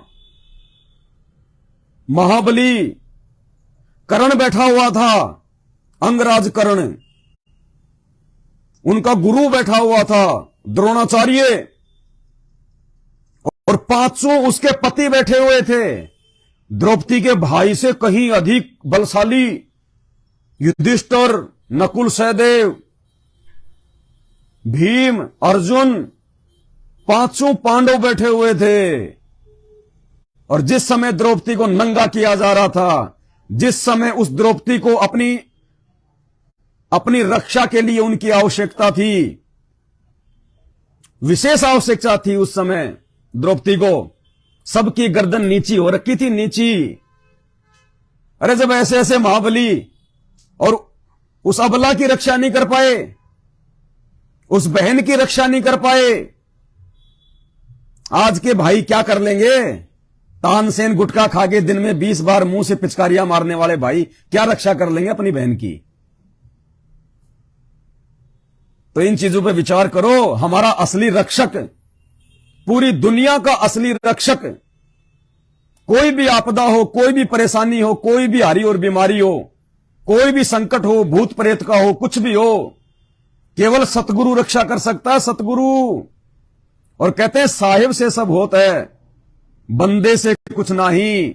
वो राई से पर्वत कर दे, फिर पर्वत से राई। सतगुरु जो कर सकता है वो यहां का राष्ट्रपति नहीं कर सकता, यहां का प्रधानमंत्री भी नहीं कर सकता। अरे यहां के राष्ट्रपति और प्रधानमंत्री खुद हेलीकॉप्टर में क्रैश होके मर जाते हैं। यहां के राष्ट्रपति प्रधानमंत्री कैंसर से मरते हैं, बीमारियों से मरते हैं, एक्सीडेंट में मर जाते हैं। राजीव गांधी की जैसे वहां पे श्रीलंका में उनकी हत्या कर दी गई थी। तो यहां के प्रधानमंत्री खुद अपनी रक्षा नहीं कर पाते, यहां के बड़े बड़े नेता अभिनेता अपनी रक्षा नहीं कर पाते, बहन की कहां से रक्षा कर देंगे?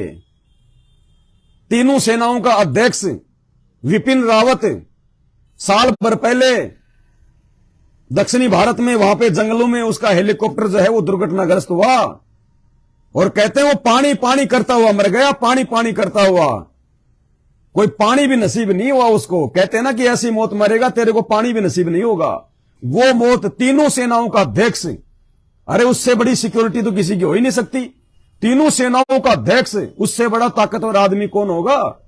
तीनों सेनाएं जिसकी सिक्योरिटी में, और जब उसकी मृत्यु का दिन आया तो पानी भी पिलाने वाला नहीं मिला उसको वहां पे। तो बताइए असली रक्षक कौन है? भाई, सेनाएं, प्रधानमंत्री, राष्ट्रपति, या फिर सबका प्रधानमंत्री सबका राष्ट्रपति वो परमात्मा सतगुरु? सतगुरु ने रक्षा की थी मीरा की। जब मीरा को उसका देवर तलवार हाथ में लेके जहर का प्याला पिलाने के लिए खड़ा हो गया कि मीरा पी ये जहर का प्याला, वरना अभी इस तलवार से मैं तेरी ये गर्दन काट दूंगा। और मीरा ने वो जहर का प्याला पी लिया अपने परमात्मा का नाम लेके, सतगुरु रामपाल जी भगवान का नाम लेके। आप लोग तो इतिहास भी भूल चुके हो, आपको तो ये भी नहीं पता कि मीरा ने आगे चल के जब उसको ज्ञान हुआ, जब उसने ये सत्संग सुना, जब उस समय वो कबीर जी आए हुए थे, मीरा के समकालीन थे कबीरदास जी और रविदास जी।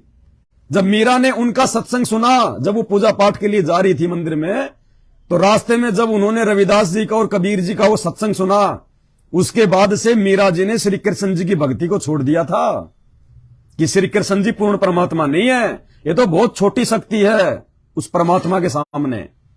श्री कृष्ण जी का तो खुद का जन्म और मरण का रोग नहीं कट रहा, मेरा कहां से काट देगा। जब उसने सत्संग सुना तो मीरा ने श्री कृष्ण जी की भक्ति को त्याग कर और उसी समय से कबीर जी की भक्ति अपना ली थी, उस कबीर की जो कबीरा संत रामपाल जी के रूप में धरती पे आया हुआ है।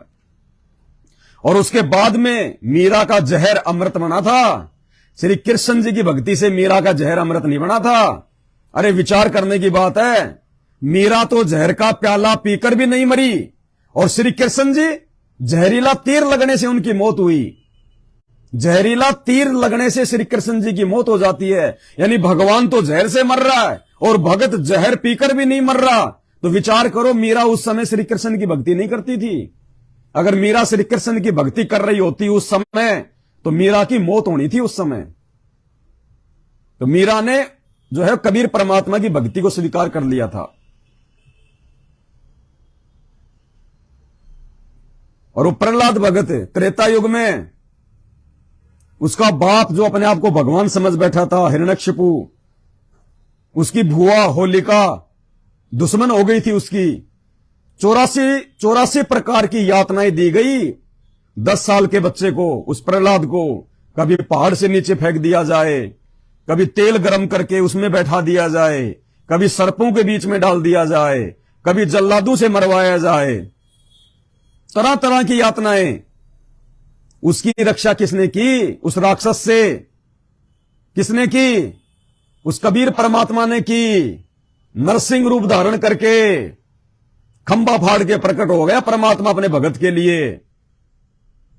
वो कबीर परमात्मा सतगुरु रामपाल जी भगवान, ये चारों युगों में आता है परमात्मा। बहुत सारे लोग सवाल करते हैं कि संत रामपाल जी तो 1951 में आए हैं, आज से पहले ये दुनिया कौन चला रहा था? आज से पहले किसने रची ये दुनिया?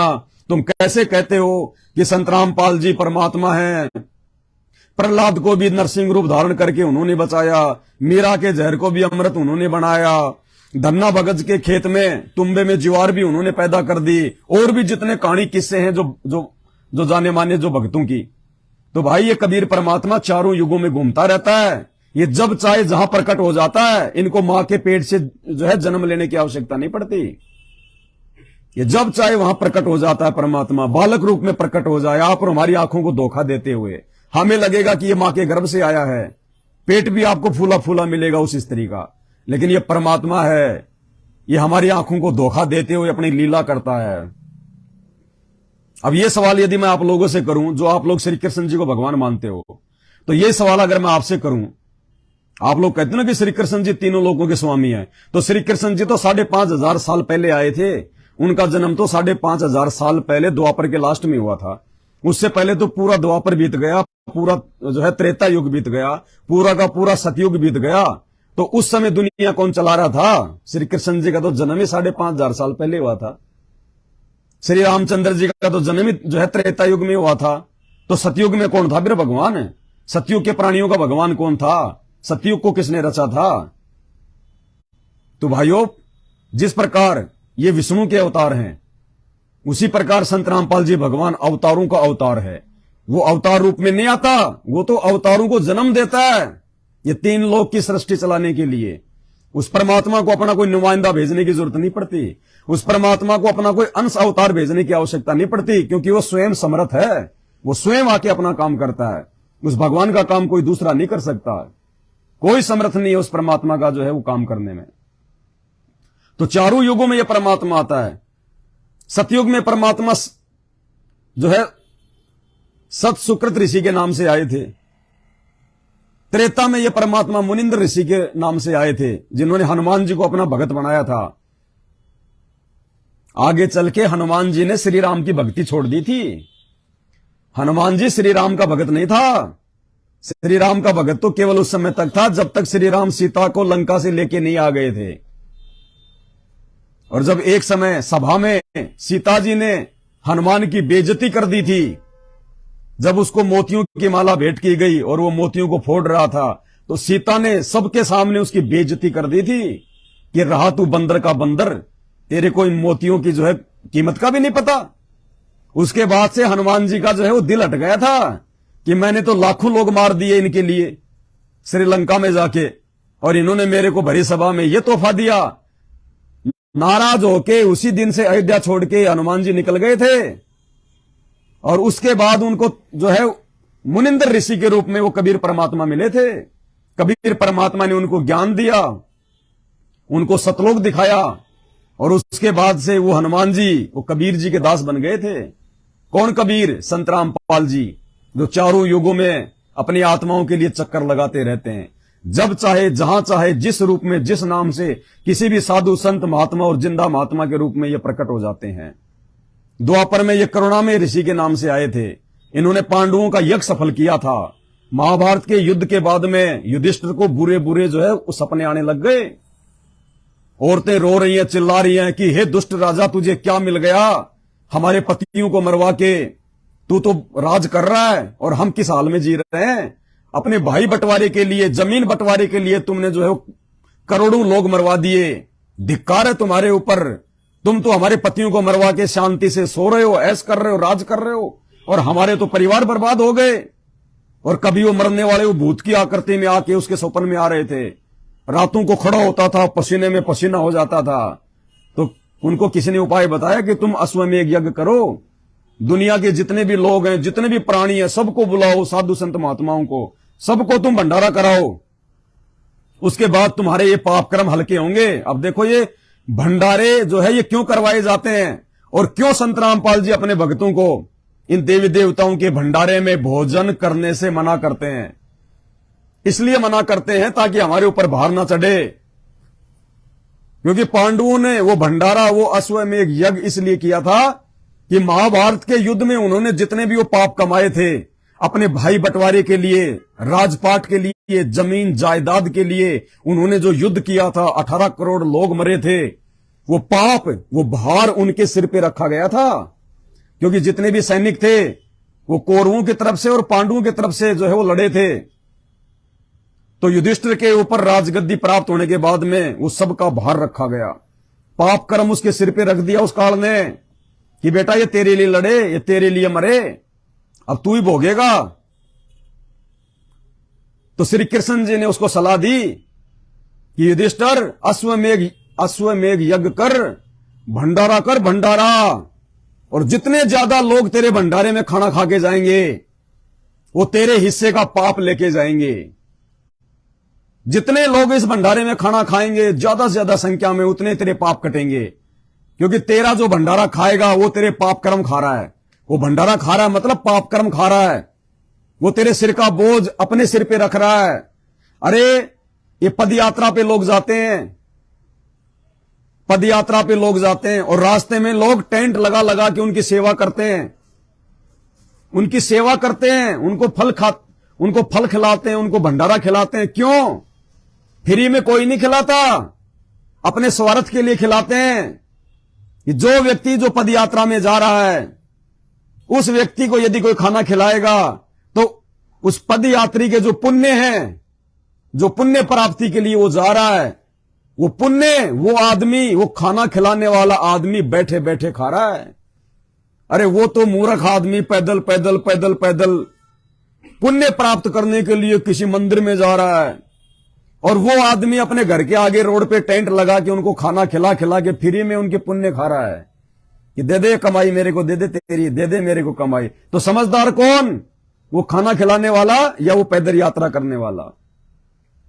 इसलिए संत रामपाल जी मना करते हैं कि किसी के भंडारे में खाना नहीं खाना चाहिए। अगर तुमने किसी के भंडारे में खाना खा लिया तो तुम्हारी जो भक्ति है, तुम्हारे जो पुण्य हैं, वो खाना खिलाने वाले के पास में चले जाएंगे। और तूने यदि उसका भंडारा खा लिया तो उस भंडारा खिलाने वाले के जो पाप कर्म हैं वो तू ले लेता है। तो भाई ऐसी आफत हम क्यों मोल लें? हमें तो पाप कर्मों का सत्यानाश करना है। जब तक हम अपने पाप कर्म नहीं उतारेंगे तब तक ये काल हमारे को छोड़ेगा ही नहीं। तो संत रामपाल जी ने हमें वो शास्त्र प्रमाणित भक्ति दे दी, वो अनमोल ज्ञान दे दिया।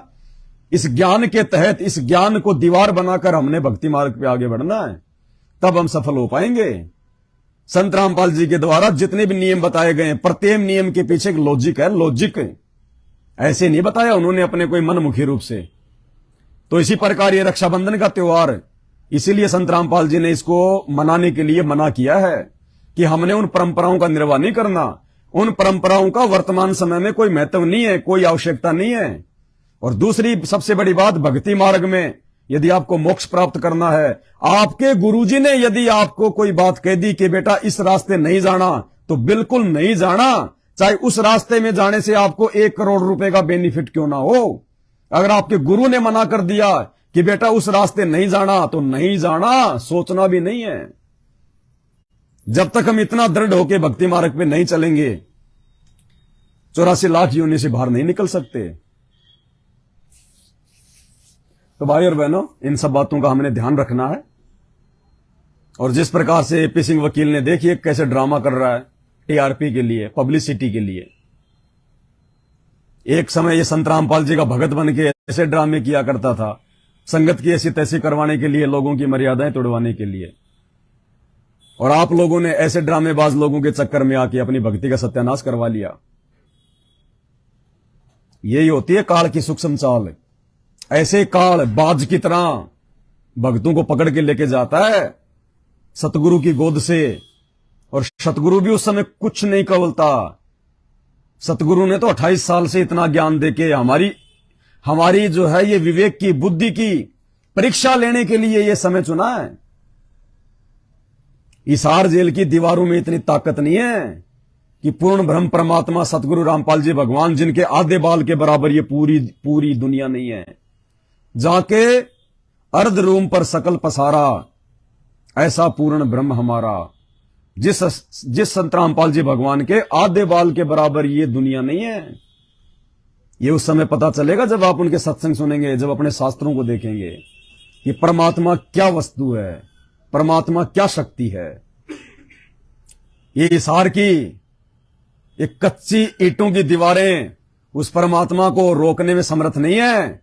दुनिया की कोई जेल उस परमात्मा को जो है वो कैद करके नहीं रख सकती।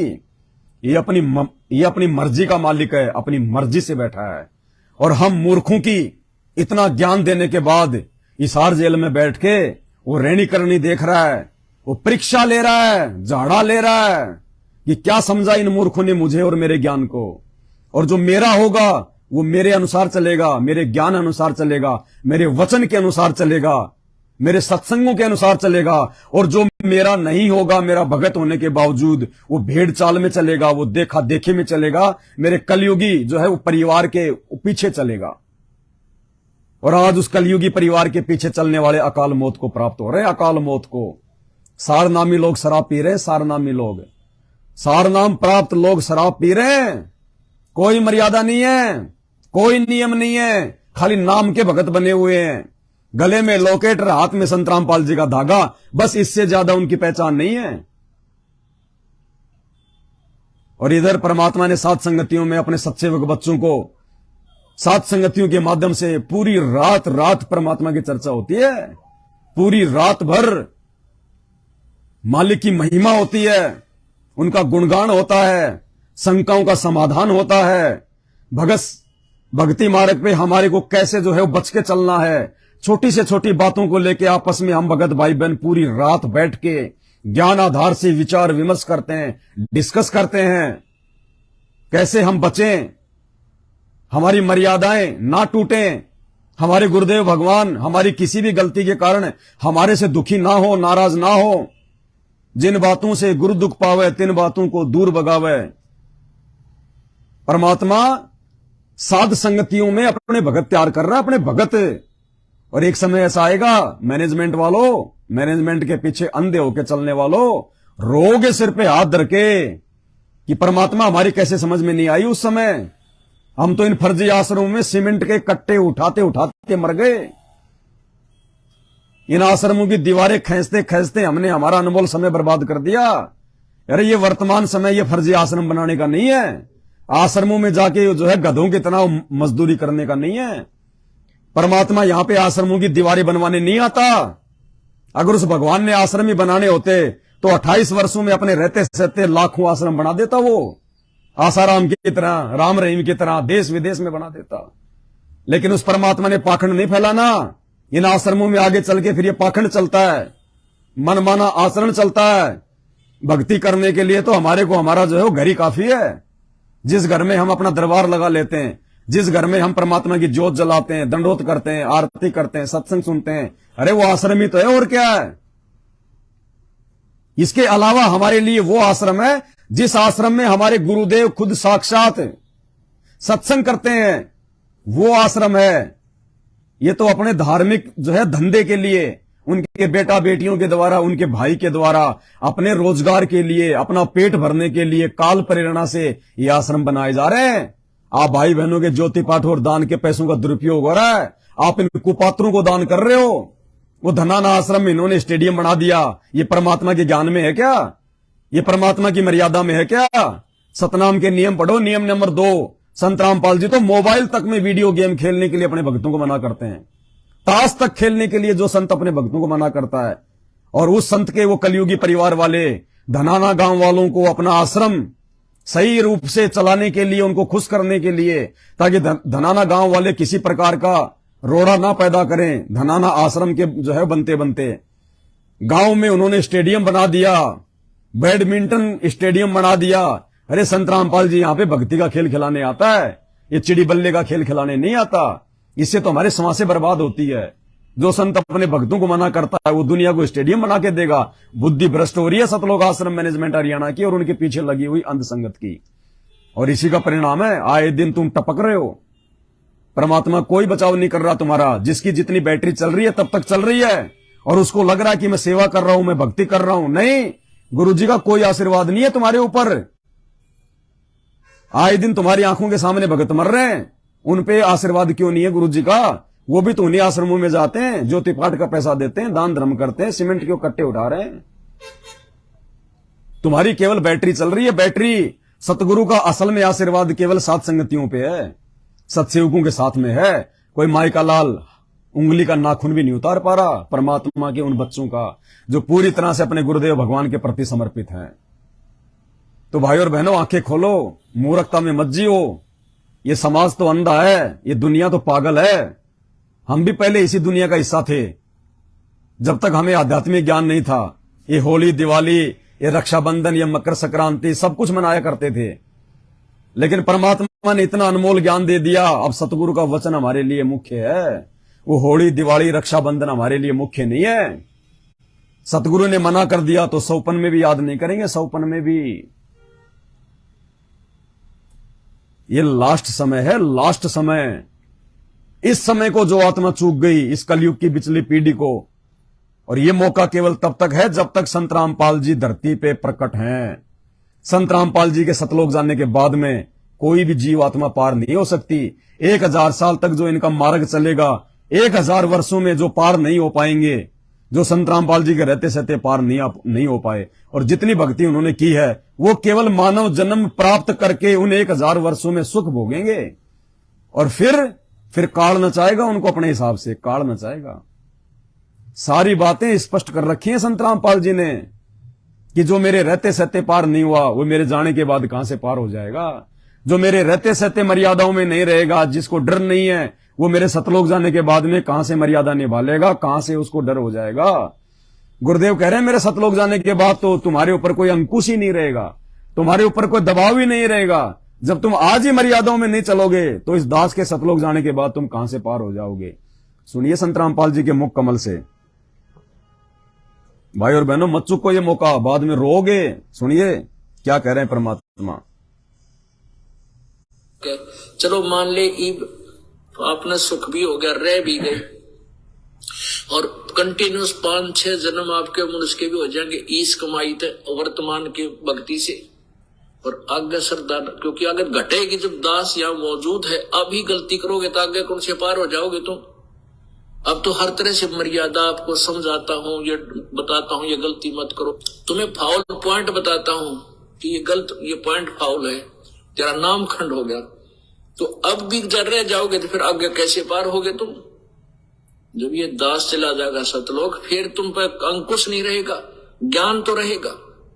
तो भाई और बहनों, ये परमात्मा ने सारी बातें, सारे फाउल पॉइंट, सारी जानकारी गुरुदेव भगवान ने अपने सत्संगों में हमें बता रखी है।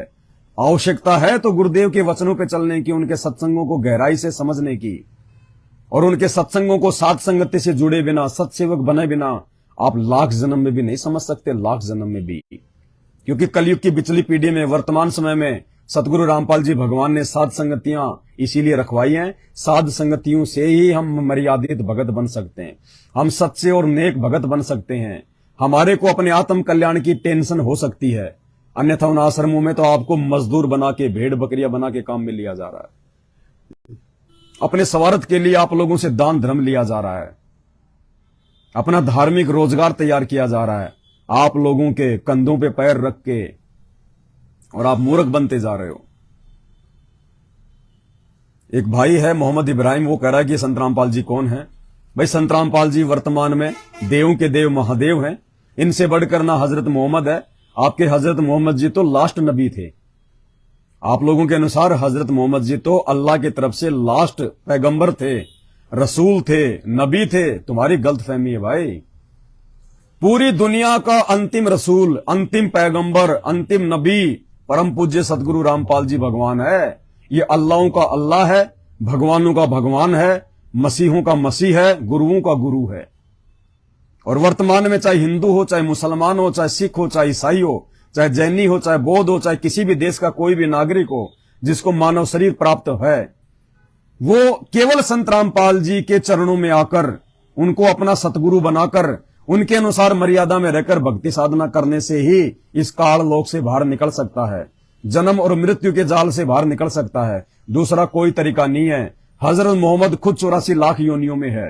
हजरत मोहम्मद खुद 84 लाख योनियों में है। गधा कुत्ता सुअर बनने से नहीं बच सकता, क्योंकि वो केवल इस ज्योति निरंजन, इस काल का जो है वो नबी था, वो परमात्मा का नबी नहीं था। अभी तक तुम्हारे को अल्लाह का नहीं पता कि कौन है अल्लाह। वो पूरा मुसलमान समाज ये नहीं जानता कि कौन अल्लाह है, वो है कैसा, कहां रहता है, किसी को नहीं पता। पूरे हिंदू समाज को नहीं पता कि भगवान कौन है, प्रभु कौन है, असल में राम कौन है।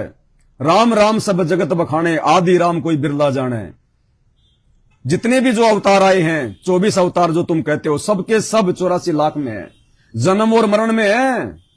84 लाख योनियों में जाने से वो नहीं बच सकते जब तक वे इस कलयुग की इस पिछली पीढ़ी में, वर्तमान समय में, क्योंकि भक्ति युग चारों युगों में केवल ये वर्तमान का समय है, वर्तमान का समय। आज से पहले तो हमारे इतने ठाट बाट होते हैं, हमारे जो पिछले जन्म के जो पुण्य होते हैं वो इतने जबरदस्त होते हैं कि हमारे को भगवान की जरूरत ही नहीं पड़ती, हमारे ऊपर कोई आपत्ति, कोई संकट ही नहीं आता, क्योंकि ये दुनिया चलती है पाप और पुण्य के आधार से। जब तक आपके पुण्य है आपको कोई आपत्ति नहीं, कोई परेशानी नहीं, आगे से आगे सारे आपके काम बनते जाएंगे। और जैसे ही आपके पुण्य कर्म नष्ट होते हैं और आपके पाप कर्म उजागर होते हैं, ये कहते हैं ना, जब आदमी पे जब कोई भयंकर कोई दुख आता है, कोई तकलीफ आती है, तो क्या बोलते हैं, इसके पाप का जो है वो घड़ा भर गया, इसके पाप का घड़ा भर गया। आम आदमी बोल देगा ये बात है। क्यों? क्योंकि ये पूरी दुनिया पाप और पुण्य से चलती है, भक्ति से चलती है। कबीरा सब जग निर्धना, धनवंता ना कोई, धनवंता सोई जानिए जिसके पास में सच्ची भक्ति होए। और वो सच्ची भक्ति, वो पुण्य अर्जित करने वाली भक्ति केवल वर्तमान में धरती पर संत रामपाल जी के पास है। ना मुसलमान धर्म में है, ना हिंदू धर्म में है, ना सिख और ईसाई धर्म में है, केवल संत रामपाल जी के पास में है। संत रामपाल जी की शरण प्राप्त करके ही हम लोग सत्य भक्ति करके सतलोक जा सकते हैं, सचखंड में जा सकते हैं, जहां जाने के बाद जीव कभी लौटकर वापस इस गंदे लोक में नहीं आता, गधा कुत्ता सुअर नहीं बनता। और ऐसा ही लोक है, ऐसी वो सृष्टि है, ऐसी वो दुनिया है, और सारे सुख है वहां पे। यहां तो कोई सुख नहीं है। उस लोक में जाने के बाद में हम लोग वो सुख भोगते हैं, यहां के ब्रह्मा विष्णु महेश जैसी जो शक्तियां होती हैं वो हमारे नौकर के रूप में होती है वहां पे। यानी यहां के ब्रह्मा विष्णु महेश, आप सोचिए कितने बड़ी ये पावर हैं। कहते हैं इतनी बड़ी बड़ी जो शक्तियां होती हैं वो सतलोक में आप और हमारे घरों में वो नौकर बन के हमारा काम करती हैं। चार मुक्ति जहां चंपी करती, माया होरी दासी, चार मुक्ति, ये चार मुक्तियां दे सकते हैं ब्रह्मा विष्णु महेश, काम अर्थ मोक्ष धर्म। कहते हैं चार मुक्तियां तो वहां पे आपके पैरों की मालिश करती हैं, आप उनकी तरफ ध्यान भी नहीं देते। जैसे स्कॉर्पियो गाड़ी आने के बाद में कोई साइकिल की तरफ ध्यान नहीं देता, ऐसे उस सतलोक में जाने के बाद में यहां के जो सुख हैं, जो 3 लोक के जो सुख हैं, जिनको ब्रह्मा विष्णु महेश जी भोगते हैं, कहते हैं आप वहां पे ध्यान भी नहीं दोगे, ये तो मतलब 4th क्लास के है वो सुख है, 4th क्लास के सुख हैं तो, जो यहां के ब्रह्मा विष्णु महेश भोगते हैं। तो कहते हैं 4 मुक्ति वहां पे चंपी करती, मालिश करती है आपकी, इतने सुख हैं वहां। और माया होरी दासी, जिस माया के लिए, जिन पैसों के लिए, जिन कार और कोठियों के लिए हम लोग पता नहीं कितना झूठ, कितना पाखंड, कितनी चोरी जारी 2 नंबर के काम करते हैं, कहते हैं माया होरी दासी, वो माया, वो धन तो वहां पे आपकी नौकरानी है, नौकरानी। 4 मुक्ति जहां चंपी करती, माया होरी दासी, दास गरीब अभय पद पर से वो मिले राम अविनाशी। वो अविनाशी राम मिलेगा हमें, यहां का राम नहीं जो खुद 84 लाख योनियों में जाता है, अविनाशी राम, जो राम कभी मरता नहीं।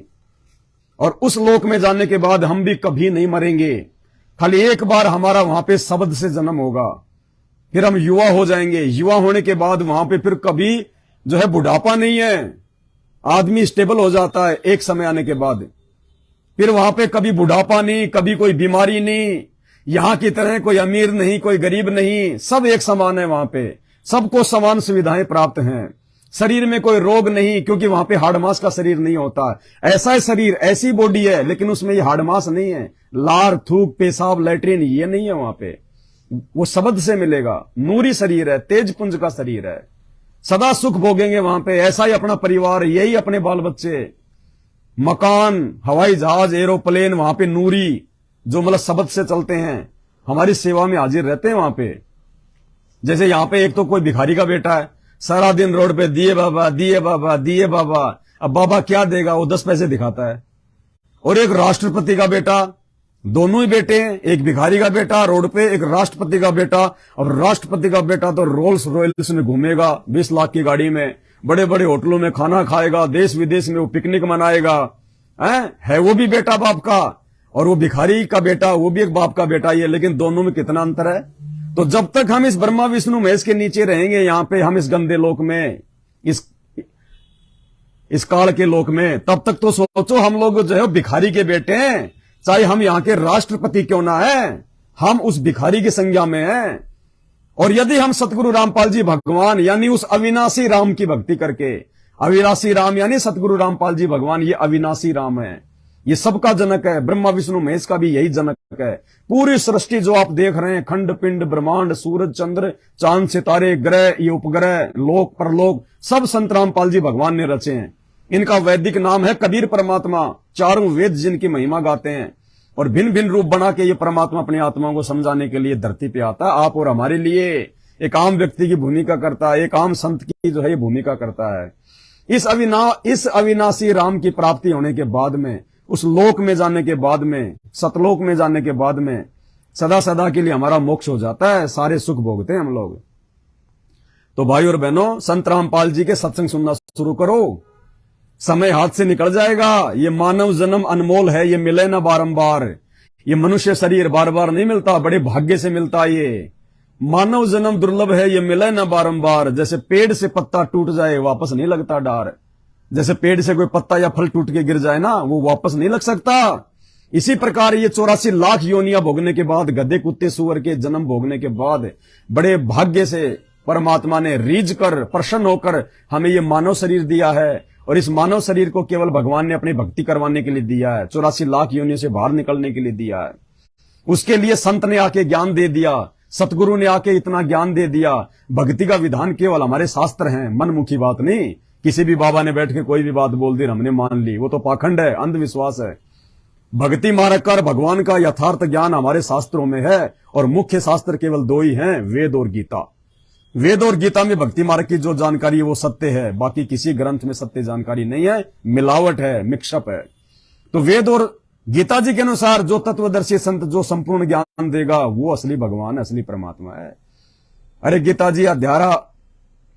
जी अध्याय नंबर 18 और श्लोक नंबर 65 को पढ़ो, क्या कह रहे हैं। अगर तुम श्री कृष्ण जी मानते हो कि गीता का ज्ञान श्री कृष्ण ने दिया, वैसे तो श्री कृष्ण जी के रूप में श्री कृष्ण जी के अंदर भूत की तरह प्रवेश करके उस ब्रह्म ने दिया, ज्योति निरंजन ने दिया, जो ब्रह्मा विष्णु महेश का पिता है, जो सबको यहाँ पे उल्टी साधना में जो है लगा के रखता है। अध्याय 18 श्लोक नंबर 65, सर्वे धरिमान परित्यज्य माम एकम शरणम व्रज अहम तवा सर्वे पाप्य भी मोक्षयामि मा सोचे। वो अर्जुन को कह रहा है कि सर्वे धर्मान परिताजे माम, कि मेरे लेवल की जितनी भी साधना है, जितने भी तूने दान धर्म किए हैं, सब मेरे को समर्पित कर दे। और एकम शरणम व्रज, एकम यानी जिसके बराबर कोई दूसरा ना हो, शरणम यानी तू उसके चरणों में चला जा। एकम शरणम व्रज, व्रज यानी जा, यानी वो श्री कृष्ण वो काल ब्रह्म कह रहा है कि मेरे को छोड़ दे, मेरी भक्ति करेगा तो तेरा जो है मोक्ष नहीं है। मेरे लेवल की सारी साधना मेरे को सौंप के उस एक की शरण में चला जा, उस एक भगवान की शरण में जिसके बराबर कोई दूसरा नहीं है। तो अर्जुन ने कहा कि भगवान वो कौन है फिर?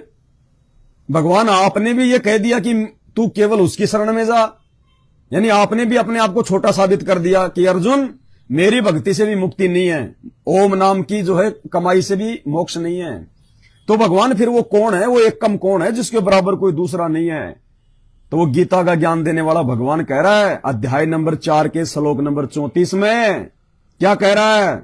उस ज्ञान को समझने के लिए तू तत्वदर्शी ज्ञानियों की शरण में जा, अपने से अलग किसी और की शरण में जाने के लिए कह रहा है कि भाई वो ज्ञान मेरे पास भी नहीं है, उसकी कंप्लीट जानकारी मेरे पास भी नहीं है। उस भगवान की जानकारी के लिए तू किसी तत्वदर्शी संतों की शरण में जा, दंडवत प्रणाम कर उनको, ये कपट छोड़कर सरलता पूर्वक, फिर वो प्रसन्न होकर वो तत्वदर्शी संत तुझे वो तत्व ज्ञान का उपदेश करेंगे, तुझे असली भक्ति और भगवान की जानकारी देंगे, जिससे तेरा जन्म मरण का रोग जो है वो कटेगा।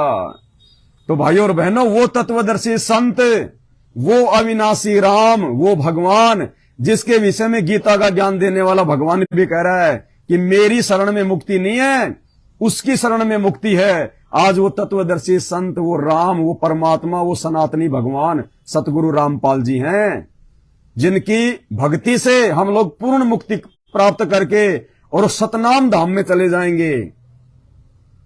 सॉरी, सतनाम नहीं, सनातनी धाम में। सनातन का मतलब होता है जो जिसका कभी भी विनाश नहीं होता, जो सबसे पुराना है। तो सबसे पुराना लोक वो सनातनी धाम सतलोक है, सचखंड है, जिसके विषय में नानक जी ने बार बार कहा है। वहां जाने के बाद फिर हमारी जन्म मृत्यु नहीं, बुढ़ापा नहीं, कोई रोग नहीं, राग द्वेष छल कपट ईर्ष्या चोरी जारी लड़ाई झगड़ा मन मुटाव कुछ नहीं। वहां पे सदा सुख भोगेंगे अपने बाप के लोक में, जहां से हम लोग अपनी गलती से नीचे आ गए थे। अब वो परमात्मा खुद, वो दयालु परमात्मा खुद हमें वापस लेने के लिए आया। तो भाई और बहनों, संत रामपाल जी के सत्संग सुनो, मत देखो इन बातों को कि संत रामपाल जी जेल में बैठे हुए हैं, उन पे मुकदमे लगे हुए हैं। अरे कौन सा भगवान है यहां जिसने जेल नहीं काटी? एक भी भगवान का नाम बता दो जिसने जेल नहीं काटी हो, एक भी बता दो। सबने जेल काटी है यहां पे। 33 करोड़ देवी देवताओं ने रावण की जेल काटी। श्री कृष्ण जी का जन्म जेल में हुआ। श्री रामचंद्र जी ने नारद जी के जो है श्राप के चलते 14 साल की जेल काटी, जंगल में वो भटकते रहे। जेल से भी ज्यादा कष्ट, जेल में समय पे खाना दाना तो मिलता है, जंगल में कौन वहां पे जो है मलगी इडली डोसा खिलाएगा। तो श्री कृष्ण जी का जन्म जेल में, रामचंद्र जी ने 14 साल की जेल काटी, 33 करोड़ देवी देवता रावण की जेल में। और यहां का देख लो इतिहास, जिनकी आज हम लोग जयंतियां मनाते हैं, भगत सिंह फलाने सिंह, उन्होंने अंग्रेजों की जेल काटी। महात्मा गांधी, जिनकी हम लोग नोटों पे फोटो लगाते हैं, महात्मा कहते हैं, बापू कहते हैं, उन्होंने देशद्रोह के मुकदमे में अंग्रेजों की जेल काटी। कौन ऐसा महापुरुष है जिसने जेल नहीं काटी? जेल काट के सब महापुरुष बने, लेकिन जब वो जेल में होते हैं उस समय उनको कोई नहीं मानता। जिस समय यहां पे भगत सिंह थे, वो लड़ाई, वो बेचारा लड़ाई जो है वो लड़ रहा था आजादी के लिए। आप और हम ही तो थे, इसी देश के नागरिक थे जो अंग्रेजों के पास जाके उसकी चुगली करते थे, उसको पकड़वाते थे, उसके गुप्त मिशन की जानकारियां दे दिया करते थे। आप और हम ही तो थे, इसी देश के नागरिक थे। श्री कृष्ण जी आए, बेचारे ने कभी चैन का सांस नहीं लिया। वो पूतना, वो जरासिंध, वो शिशुपाल, वो काल्यावन इसी देश के तो थे जो उनके साथ में लड़ाई झगड़ा करने के लिए आते थे। श्री रामचंद्र जी को जंगल में भिजवा दिया। उसकी माता ने, सौतेली माता ने, ककई ने, इसी देश की तो थी, उसी की तो मां थी जिसने अपने बेटे के लिए राज्य और राम के लिए 14 साल का वनवास मांग लिया। और रावण उनकी औरत को उठा के ले गया, सीता माता को। इसी धरती पे तो रहता था। तो उस समय उनको कोई भगवान नहीं मानता, कोई राम नहीं मानता, कोई जो है महापुरुष नहीं मानता। और जाने के बाद फिर उनके मंदिर बना दो, उनकी मूर्तियां लगा दो, अगरबत्ती करो, धूप बत्ती करो, उनको जो है कपड़े पहनाओ, उनको ठाकुर जी बना दो, उनको शालिग्राम बना दो, पता नहीं क्या क्या कर दो। फिर क्या मिलेगा? पत्थर की मूर्ति के आगे, बेजबान मूर्ति के आगे, बेजान मूर्ति के आगे धोख लगाने से भगवान नहीं मिलता। पत्थर पूजे हरि मिले तो मैं पूजूं पहाड़, इससे तो चक्की भली जो पीस खाए संसार। आज मेरे पेट में दर्द है, किसी डॉक्टर के पास जाऊंगा, डॉक्टर हाथ देखेगा, इलाज करेगा, मेरा पेट का दर्द ठीक होगा, मुझे आराम मिलेगा। कल को डॉक्टर मर गया, हॉस्पिटल के आगे उसकी मूर्ति लगा दो, सोने की, चांदी की, पत्थर की। और यदि किसी के पेट में दर्द है, वो पत्थर की मूर्ति के आगे, उस डॉक्टर की मूर्ति के आगे कितना अगरबत्ती कर दो, कितना धूप बत्ती कर दो, कितना रो लो, चीख लो, चिल्ला लो, वो तुम्हें एक छोटी सी 2 रुपए की टेबलेट की भी सलाह नहीं देगा, क्योंकि वो पत्थर है। जिस समय वो पत्थर नहीं था, वो जीवित था, उस समय वो लाभ दे सकता था इलाज करके।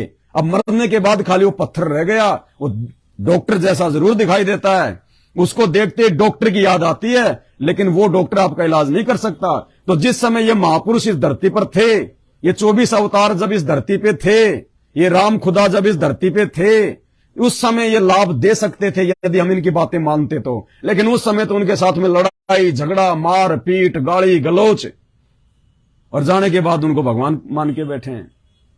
कुछ नहीं मिलना भाई। अब वर्तमान में भगवान कौन है जो उनसे भी ज्यादा लाभ दे सकता है, दे रहा है, छप्पर फाड़ के दे रहा है। भाई और बहनों, ये दावा है, चैलेंज है। अगर आपको कहीं से इस बात का मालूम हो गया, या किसी बड़े से बड़े ज्योतिषाचार्य ने आपका हाथ देख के, या किसी पंडित ने, वास्तु शास्त्र के जानकार ने, जन्मपत्री देखने वाले ने यदि ये दावा कर दिया कि भाई आज से 2 महीने बाद में तेरा जीवन नहीं है, या दुनिया के बड़े से बड़े डॉक्टर ने, जिसको कैंसर है किसी व्यक्ति को, और अमेरिका के डॉक्टर ने कह दिया कि 2 महीने बाद में तुझे दुनिया में कोई नहीं बचा सकता, तेरा जीवन शेष नहीं है, तू लास्ट स्टेज पे है। ये पवनदास अपने गुरु सतगुरु रामपाल जी भगवान पे विश्वास करके कहता है, उस अमेरिका के डॉक्टर के मना करने के बावजूद उस 2 महीने बाद मरने वाले पेशेंट को संत रामपाल जी से नाम दिलवा दो, और जो मर्यादा संत रामपाल जी के, जो नियम संत रामपाल जी के हैं, उन नियमों में रह के वो भक्ति करो, 20 साल उसका बाल बाका नहीं हो सकता। 20 साल धरती पे भगवान है। राम और श्री कृष्ण की तरह कोई काल का गुलाम नहीं है, पूर्ण परमात्मा है धरती पे, साक्षात सर्व सृष्टि को रचने वाला। अब भगवान आएगा तो सींग लगा के नहीं आएगा, हम मूर्खों को समझाने के लिए हमारे जैसा इंसान बन के आएगा। अरे भगवान तो हाथी भी बन सकता है, लेकिन सूंड उठा के पौ पौ करेगा तो हम उसकी क्या भाषा समझेंगे? कैसे हमें वो ज्ञान समझाएगा? कैसे हमें वो जानकारी देगा? तो भगवान आता तो कोई सींग लगा के नहीं आता। राम और श्री कृष्ण जी आए तो कोई सींग लगा के नहीं आए, वो कोई पूंछ लगा के नहीं आए, आप और हमारी तरह के इंसान बन के आए थे। तो आज भी भगवान आएगा तो इंसान ही बन के आएगा, और इंसान रूप में भगवान की पहचान उनके ज्ञान से होगी, उनके सत्संगों से होगी। तो भाई और बहनों, कुछ नहीं मिलेगा। ये मानव शरीर बड़ा अनमोल है, ये बड़ी मेहर से उस परमात्मा ने, ये ऐसे नहीं मिला। गधे कुत्ते सूअर बनते बनते फिर 184 लाख योनियां भोगने के बाद ये मानव शरीर मिलता है। आज से पहले आपका जन्म, आज आप जो सुन रहे हो, जो ये वीडियो देख रहे हो, आप लोगों का जन्म आज से पहले किसी का तो सूअर का था, किसी का गधे का था, किसी का कुत्ते का था, कोई बैल बना हुआ था, कोई मक्खी बना हुआ था। और कितने दुख और कष्ट होते हैं उस जीवन में। आज तो तुम गर्मी के टाइम पे एसी लगा के बैठ जाते हो अपने कमरे में, बाहर जाके उन जानवरों को देखो उनका क्या हाल हो रहा है। तुम तो खाना खा के सर्दी में रजाई ओढ़ के सो जाते हो, हीटर चला लेते हो, और सर्दी के समय में बाहर जाके देखो ओस में कैसे वो जानवर बेचारे पेड़ों के नीचे, टाइम पे ना कोई खाना ना कोई पीना, कोई चोट लग जाए तो कोई मेडिकल की सुविधा नहीं। ये जन्म तुम भोग चुके हो आज से पहले, और ये एक जन्म मिलता है मानव शरीर इतने कष्ट भोगने के बाद। और ये केवल परमात्मा प्राप्ति के लिए, पूर्ण मोक्ष प्राप्ति के लिए, और पूर्ण मोक्ष के लिए पूर्ण गुरु होना चाहिए। नकली गुरु से काम नहीं चलेगा। ये नकली पाखंडी गुरु है पूरे संसार में, एकमात्र संत रामपाल जी को छोड़ के। बाद में रोगे ऊपर हाथ करके, ये शरीर भी यदि तुमने बर्बाद कर दिया बिना संत रामपाल जी की भक्ति के, अगला जन्म फिर वही रूटीन, गधा, कुत्ता, सुअर, बिल्ली, मक्खी, मच्छर, शेर, हाथी, चीता, भालू, भेड़िया, फिर वही 84 लाख योनियां। शास्त्र पढ़ लो, शास्त्र, और संत रामपाल जी की शरण ग्रहण कर लो और उनके सत्संग सुनो निष्पक्ष होके। ये मत देखो वो कौन है क्या है, जब इतना चिल्ला रहे हैं, इतना दावे के साथ में बोल रहे हैं।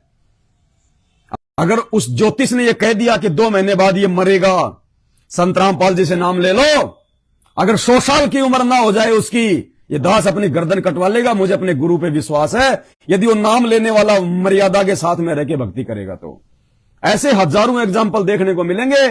यूट्यूब पे जाके संत रामपाल जी के सत्संग सुनो, उनके सत्संगों के लास्ट में भक्तों का इंटरव्यू आता है, उनके अनुभव आते हैं, कैसे कैसे पीजीआई के डॉक्टरों ने, एम्स के डॉक्टरों ने, विदेशों के डॉक्टरों ने जिनको रिजेक्ट कर दिया कि तेरा इलाज नहीं हो सकता, तू मरेगा, और उसके बाद में जब वो ठीक होके, डॉक्टर के द्वारा रिजेक्ट किया गया मरीज जब ठीक होके डॉक्टर के पास जाता है, वो डॉक्टर कान पकड़ता है कि मेडिकल साइंस में तो ऐसा नहीं हो सकता, ये तो वो चमत्कार है। भाई तुम किसकी भक्ति करते हो? वो डॉक्टर भी हाथ जोड़ लेता है कि भाई धन्य है तुम्हारे गुरुजी, ये तो चमत्कार हो गया, ये तो मिरेकल हो गया, मेडिकल साइंस में ऐसा हो ही नहीं सकता। तो भाई और बहनों विचार करो इन बातों पे। परमात्मा धरती पे बाद में रोओगे, चिल्लाओगे, कुछ नहीं मिलेगा। आप खुद अपना जीवन बर्बाद कर दोगे और आपके पीछे आपके परिवार का जीवन बर्बाद हो जाएगा। 101 पीढ़ियां नरक में जाएंगी।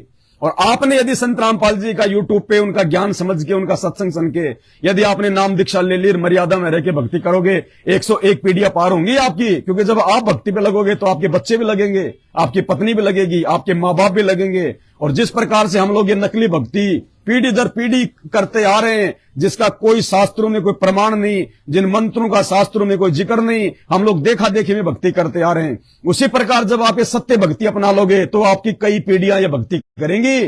और संत रामपाल जी कहते हैं, भक्ति बीज होवे जो हंसा, उसके उतारूं 71 वंशा। आध्यात्मिक क्षेत्र में 71 कहते हैं 101। तो संत रामपाल जी कहते हैं, यदि आपने भक्ति ले ली मेरी, आप यदि मेरी मर्यादाओं में रह के भक्ति करोगे तो आपकी तो मुक्ति होगी होगी, आपके पीछे 101 पीढ़ियां जो है आपकी मुक्ति को प्राप्त करने के लायक बन जाएंगी। तो बस इतनी सी विनती थी, वंदना थी। जब तक शरीर में प्राण है, धरती पे भगवान है, उनकी महिमा के अलावा दूसरा कुछ नहीं कर सकते। मर्यादा में रह के शास्त्रों से प्रमाणित बात कहेंगे, मर्यादा में रह के कहेंगे, कोई गाली गलौज का यूज नहीं करेंगे, क्योंकि हम पूर्ण संत के भगत हैं, पूर्ण परमात्मा के बच्चे हैं हम। और हम चाहते हैं कि आप भी अपने बाप को पहचान लो, आप भी अपने पिता को पहचान लो, अपनी आत्मा के जो है वो जनक को पहचान लो। सबका पिता परमेश्वर, सभी आत्माओं का जनक है। अरे यहां के माता पिता तो खाली निमित्त बनते हैं आप और हमारे को 9 महीने बाद में पेट से बाहर निकलने में। 2 पानी की बूंद से, 1 बूंद मां की, 1 बूंद जो है बाप की, 2 पानी की बूंद से ये इंसान नहीं बन सकता। एक रोबोट बनाने के लिए वैज्ञानिकों को जो है वो पसीने आ जाते हैं, दुनिया भर की फैक्ट्रियां लगानी पड़ती हैं। सैकड़ों वैज्ञानिक मिलकर एक रोबोट बनाते हैं, वो ढंग से भी नहीं बोल पाता। और ये परमात्मा बिना फैक्ट्री, बिना बिजली, बिना वैज्ञानिक, बिना लेबर, 2 पानी की बूंद से, माता पिता के शारीरिक मिलन से, और 9 महीने में जीता जागता रोबोट, बिना सेल के, बिना बैटरी के। जहां आंखों की आवश्यकता वहां आंख लगा दिया। इस रोबोट में परमात्मा ने कैमरा भी लगा दिया। इस रोबोट में परमात्मा ने नाक भी लगा दिया जो सूंघ सकता है। जीभ लगा दी परमात्मा ने, खट्टा मीठा अनुभव कर सकता है। जहां जिस अंग की आवश्यकता थी, ये कानों से जो हमें सुनाई देता है, हाथों से हम कोई भी हम काम कर सकते हैं। इतना अच्छा रोबोट भगवान ने बना दिया, बिना फैक्ट्री, 9 महीने में, मात्र मां के पेट में। मां को भी नहीं पता क्या हो रहा है, क्या चल रहा है। सबसे बड़ा वैज्ञानिक ये है, सबसे बड़ी विज्ञान संत रामपाल जी का ज्ञान है। यो गुरु ज्ञान विज्ञान वाणी, जीवत ही जग में मरो। 2 साल अगर बरसात ना हो, लोगों की फसलें बर्बाद हो जाएं, तुम्हारी विज्ञान फेल हो जाएगी। किसी का मन नहीं करेगा हवाई जहाज में उड़ने का। ये विज्ञान फोकट की है।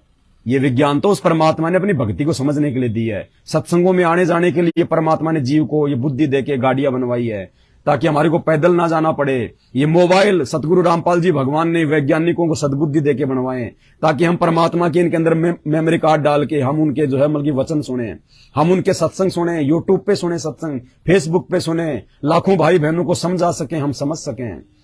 वरना आज से पहले 3 युग बीत गए, त्रेता, द्वापर और जो है सतयुग। श्री राम को क्या मोबाइल की आवश्यकता नहीं थी? क्या श्री कृष्ण जी को गाड़ी की आवश्यकता नहीं थी? घोड़े जोड़ जोड़ के, खच्चर जोड़ जोड़ के ढंग की रोड भी नहीं बना पाए वो। क्या उनको आवश्यकता नहीं थी गर्मियों में एसी की, सर्दियों में हीटर की? क्या उस समय गर्मी नहीं थी? क्या उस समय सर्दी नहीं थी? क्या उनको मोबाइल की जरूरत नहीं थी अपने रिश्तेदारों से बात करने के लिए? कोई भी संदेशा देना होता था, घोड़े पे आदमी बैठा के भेजते थे, 2 दिन बाद में वो समाचार लेके आता था, वो ठीक है कि नहीं है, हैं? क्या उनको आवश्यकता नहीं थी? लेकिन ये बुद्धि ना राम में, ना श्री कृष्ण में, ना किसी और शक्ति में। ये बुद्धि केवल सतगुरु रामपाल जी भगवान अर्थात उस कबीर परमात्मा में है।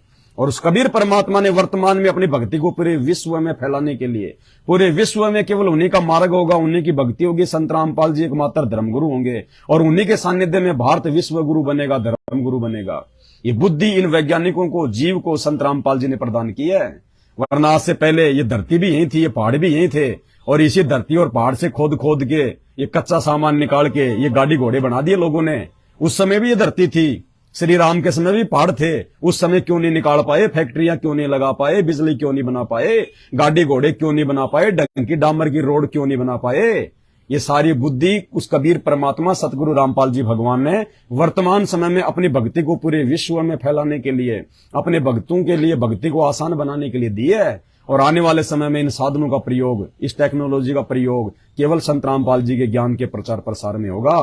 अभी तक तो बकवाद हो रही है फालतू के मुद्दों को लेके। पाकिस्तान से एक लड़की क्या आ गई, पूरा देश उसके पीछे इंटरव्यू लेने के लिए भग रहा है। क्या मिलेगा तुम्हें सिवाय तुम्हारे समय बर्बादी के, तुम्हारे पैसे की बर्बादी के? लोग वीडियो बना बना के यूट्यूब से पैसा कमा रहे हैं, आप और हमारे जैसे फालतू में उनकी बकवाद सुन रहे हैं।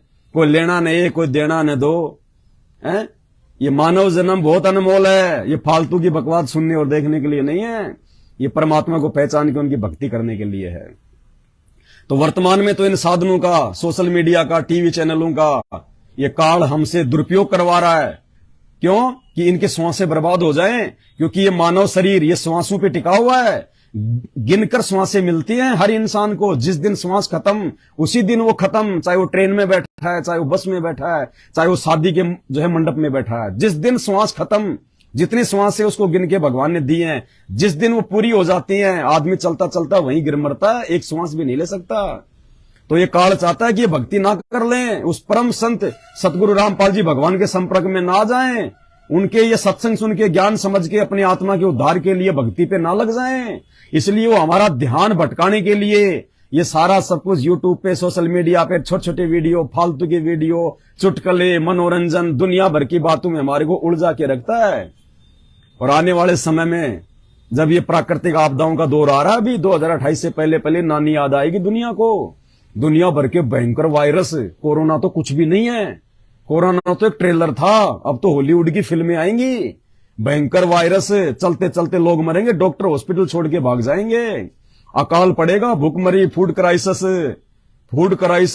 गंदी नाली में अगर कोई रोटी का टुकड़ा मिल जाएगा तो बड़े से बड़ा सेठ सोचेगा कि खा लूं तो मेरी जान बचे। भूकंप, तरह तरह की आपदाएं, तब आपको पता चलेगा कि कोई भगवान नहीं आ रहा सामने, कोई भगवान नहीं आया, कोई देव देवता नहीं आ रहा, सब भाग गए, कहां छुप गए। कोई पीर पैगंबर कुतुब औलिया सुर नर मुनि जन ज्ञानी साधु संत महात्मा देवी देवता हैं, झाड़ झपाड़ वाले सब कहां कहां मर गए, कोई नहीं आएगा सामने। अरे उत्तराखंड में, हिमाचल में टहलका मचा हुआ है प्राकृतिक आपदाओं का, पहाड़ों के पहाड़ गिर रहे हैं, मकानों के मकान गिर रहे हैं, बाढ़ आ रही है। अरे हिमाचल को तो देवभूमि कहा जाता है, हिमाचल से ज्यादा देवता तो कहीं नहीं है।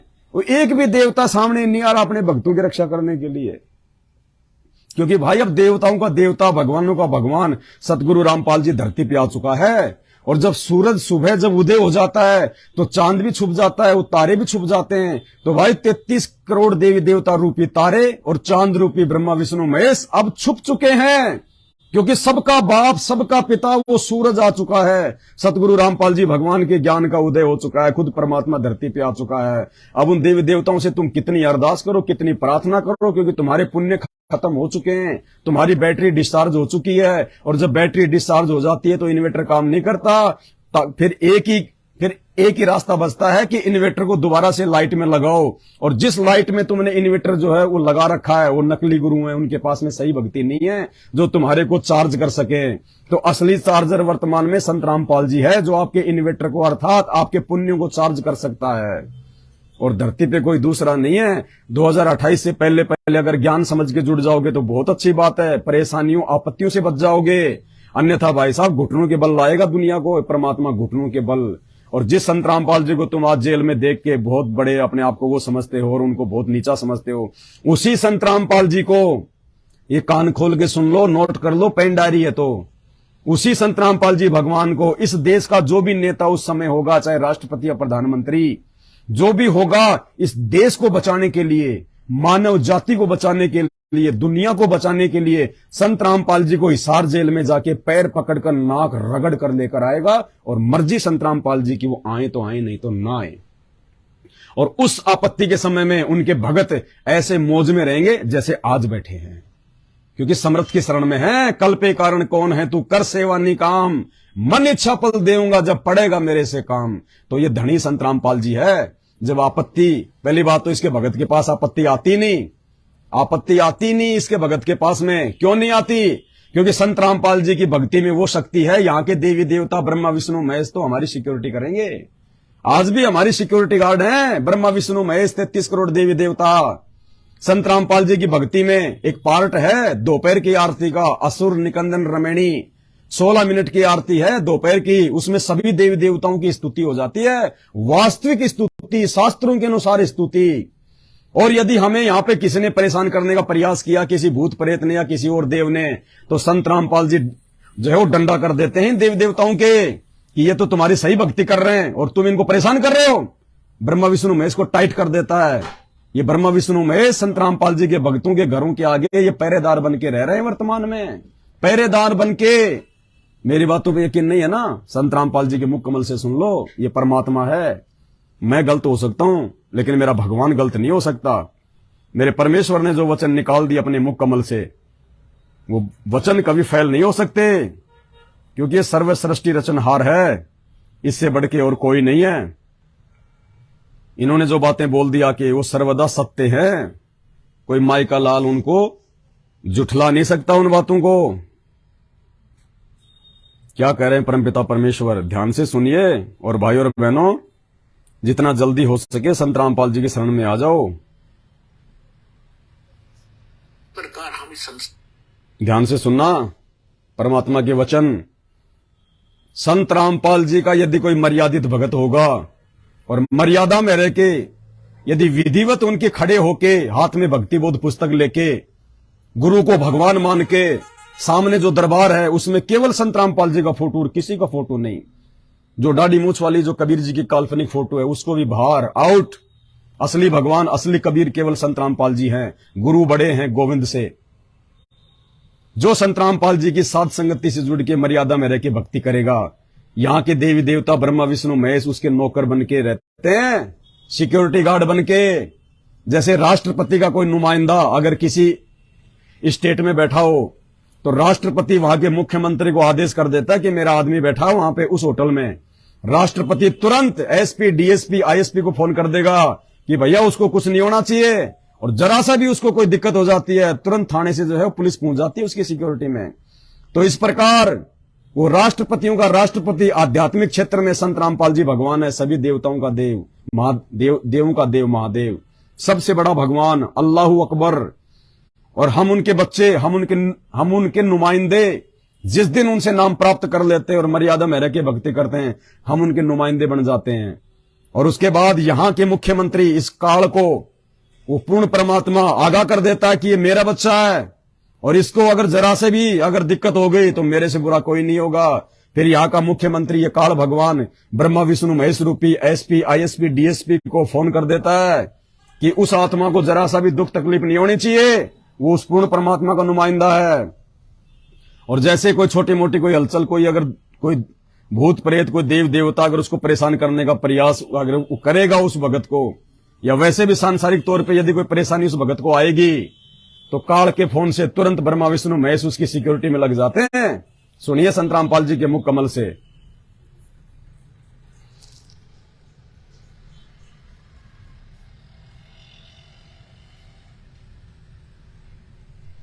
इसी प्रकार हम इस संसार में रहेंगे, हम सबका सत्कार करेंगे, लेकिन पूजा हम अपने मालिक की करेंगे, अपने परम पति की करेंगे, जो सबका मालिक है, कबीर भगवान की करेंगे।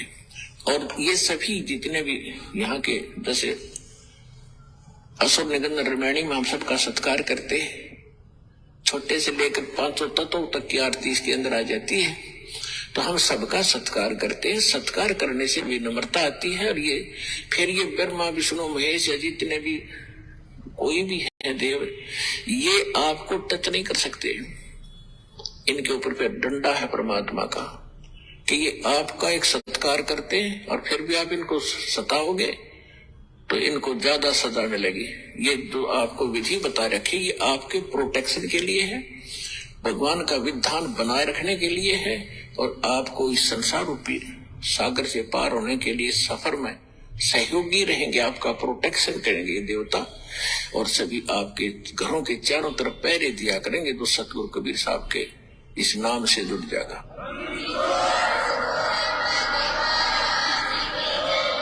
क्योंकि जैसे कोई प्रधानमंत्री या राष्ट्रपति का कोई नुमाइंदा है, कई शहर में रह रहा है, तो उसकी सुरक्षा और उसकी इज्जत की रक्षा, धन की रक्षा करना वहां के मुख्यमंत्री की जिम्मेवारी होती है।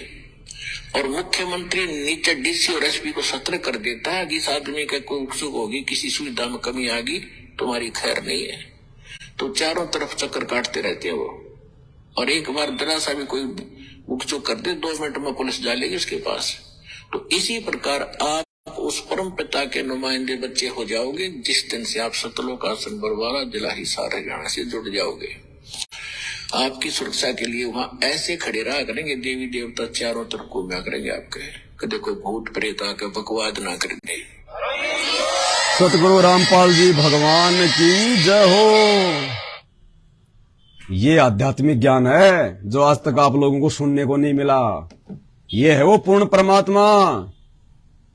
और संत रामपाल जी के भक्तों की सिक्योरिटी में यहाँ के देवी देवता ब्रह्मा विष्णु महेश भी लगे रहते हैं। कौन से भक्तों की सिक्योरिटी में? जो संत रामपाल जी को भगवान मान के उनकी मर्यादा में रह के भक्ति कर रहे हैं।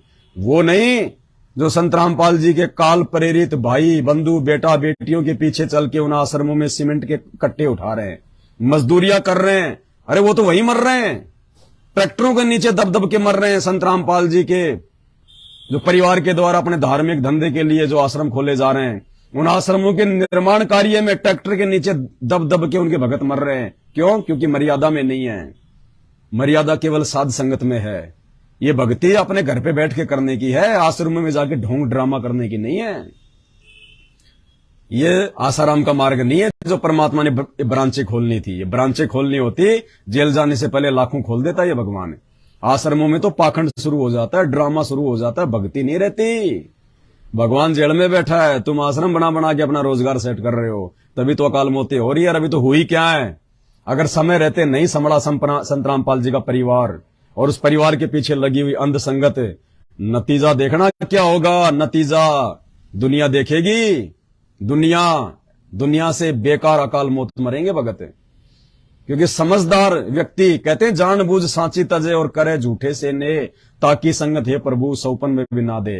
अनजान को फिर भी परमात्मा माफ करता है। दुनिया वाले अभी अनजान है, दुनिया वालों ने भी नाम नहीं लिया, उनको परमात्मा फिर भी माफ कर देगा। लेकिन भगत ने नाम लेने के बाद, ज्ञान लेने के बाद भी जो ये मूर्खता दिखाई उनके परिवार के पीछे अंधे होके, उनको पात्रों को ज्योति पाठ और दान का पैसा देके उनका धार्मिक धंधा बढ़ाने के लिए। वर्तमान में भक्ति की आवश्यकता है, मर्यादाओं की आवश्यकता है, आश्रमों की आवश्यकता नहीं है। आश्रम के नाम पे उन्होंने स्टेडियम बना डाले वहां पे गांव धनाना में। निकम्मों को शर्म करो, सत का साथ दो। तुम सतवादी के बच्चे हो, संत रामपाल जी के बच्चे हो, उनके परिवार पे काल सवार है। आने वाले समय में तुम्हें पता चलेगा इन बातों का। जब वो कर्मों के कांटे, उनको पात्रों को आज जो तुम दान दे रहे हो, जब वो कांटे तुम्हारे चुभेंगे तब तुम्हें पता चलेगा। तो आज के लाइव में केवल इतना ही। वीडियो को ज्यादा से ज्यादा शेयर करें। बंदी छोड़ सतगुरु रामपाल जी भगवान की जय हो।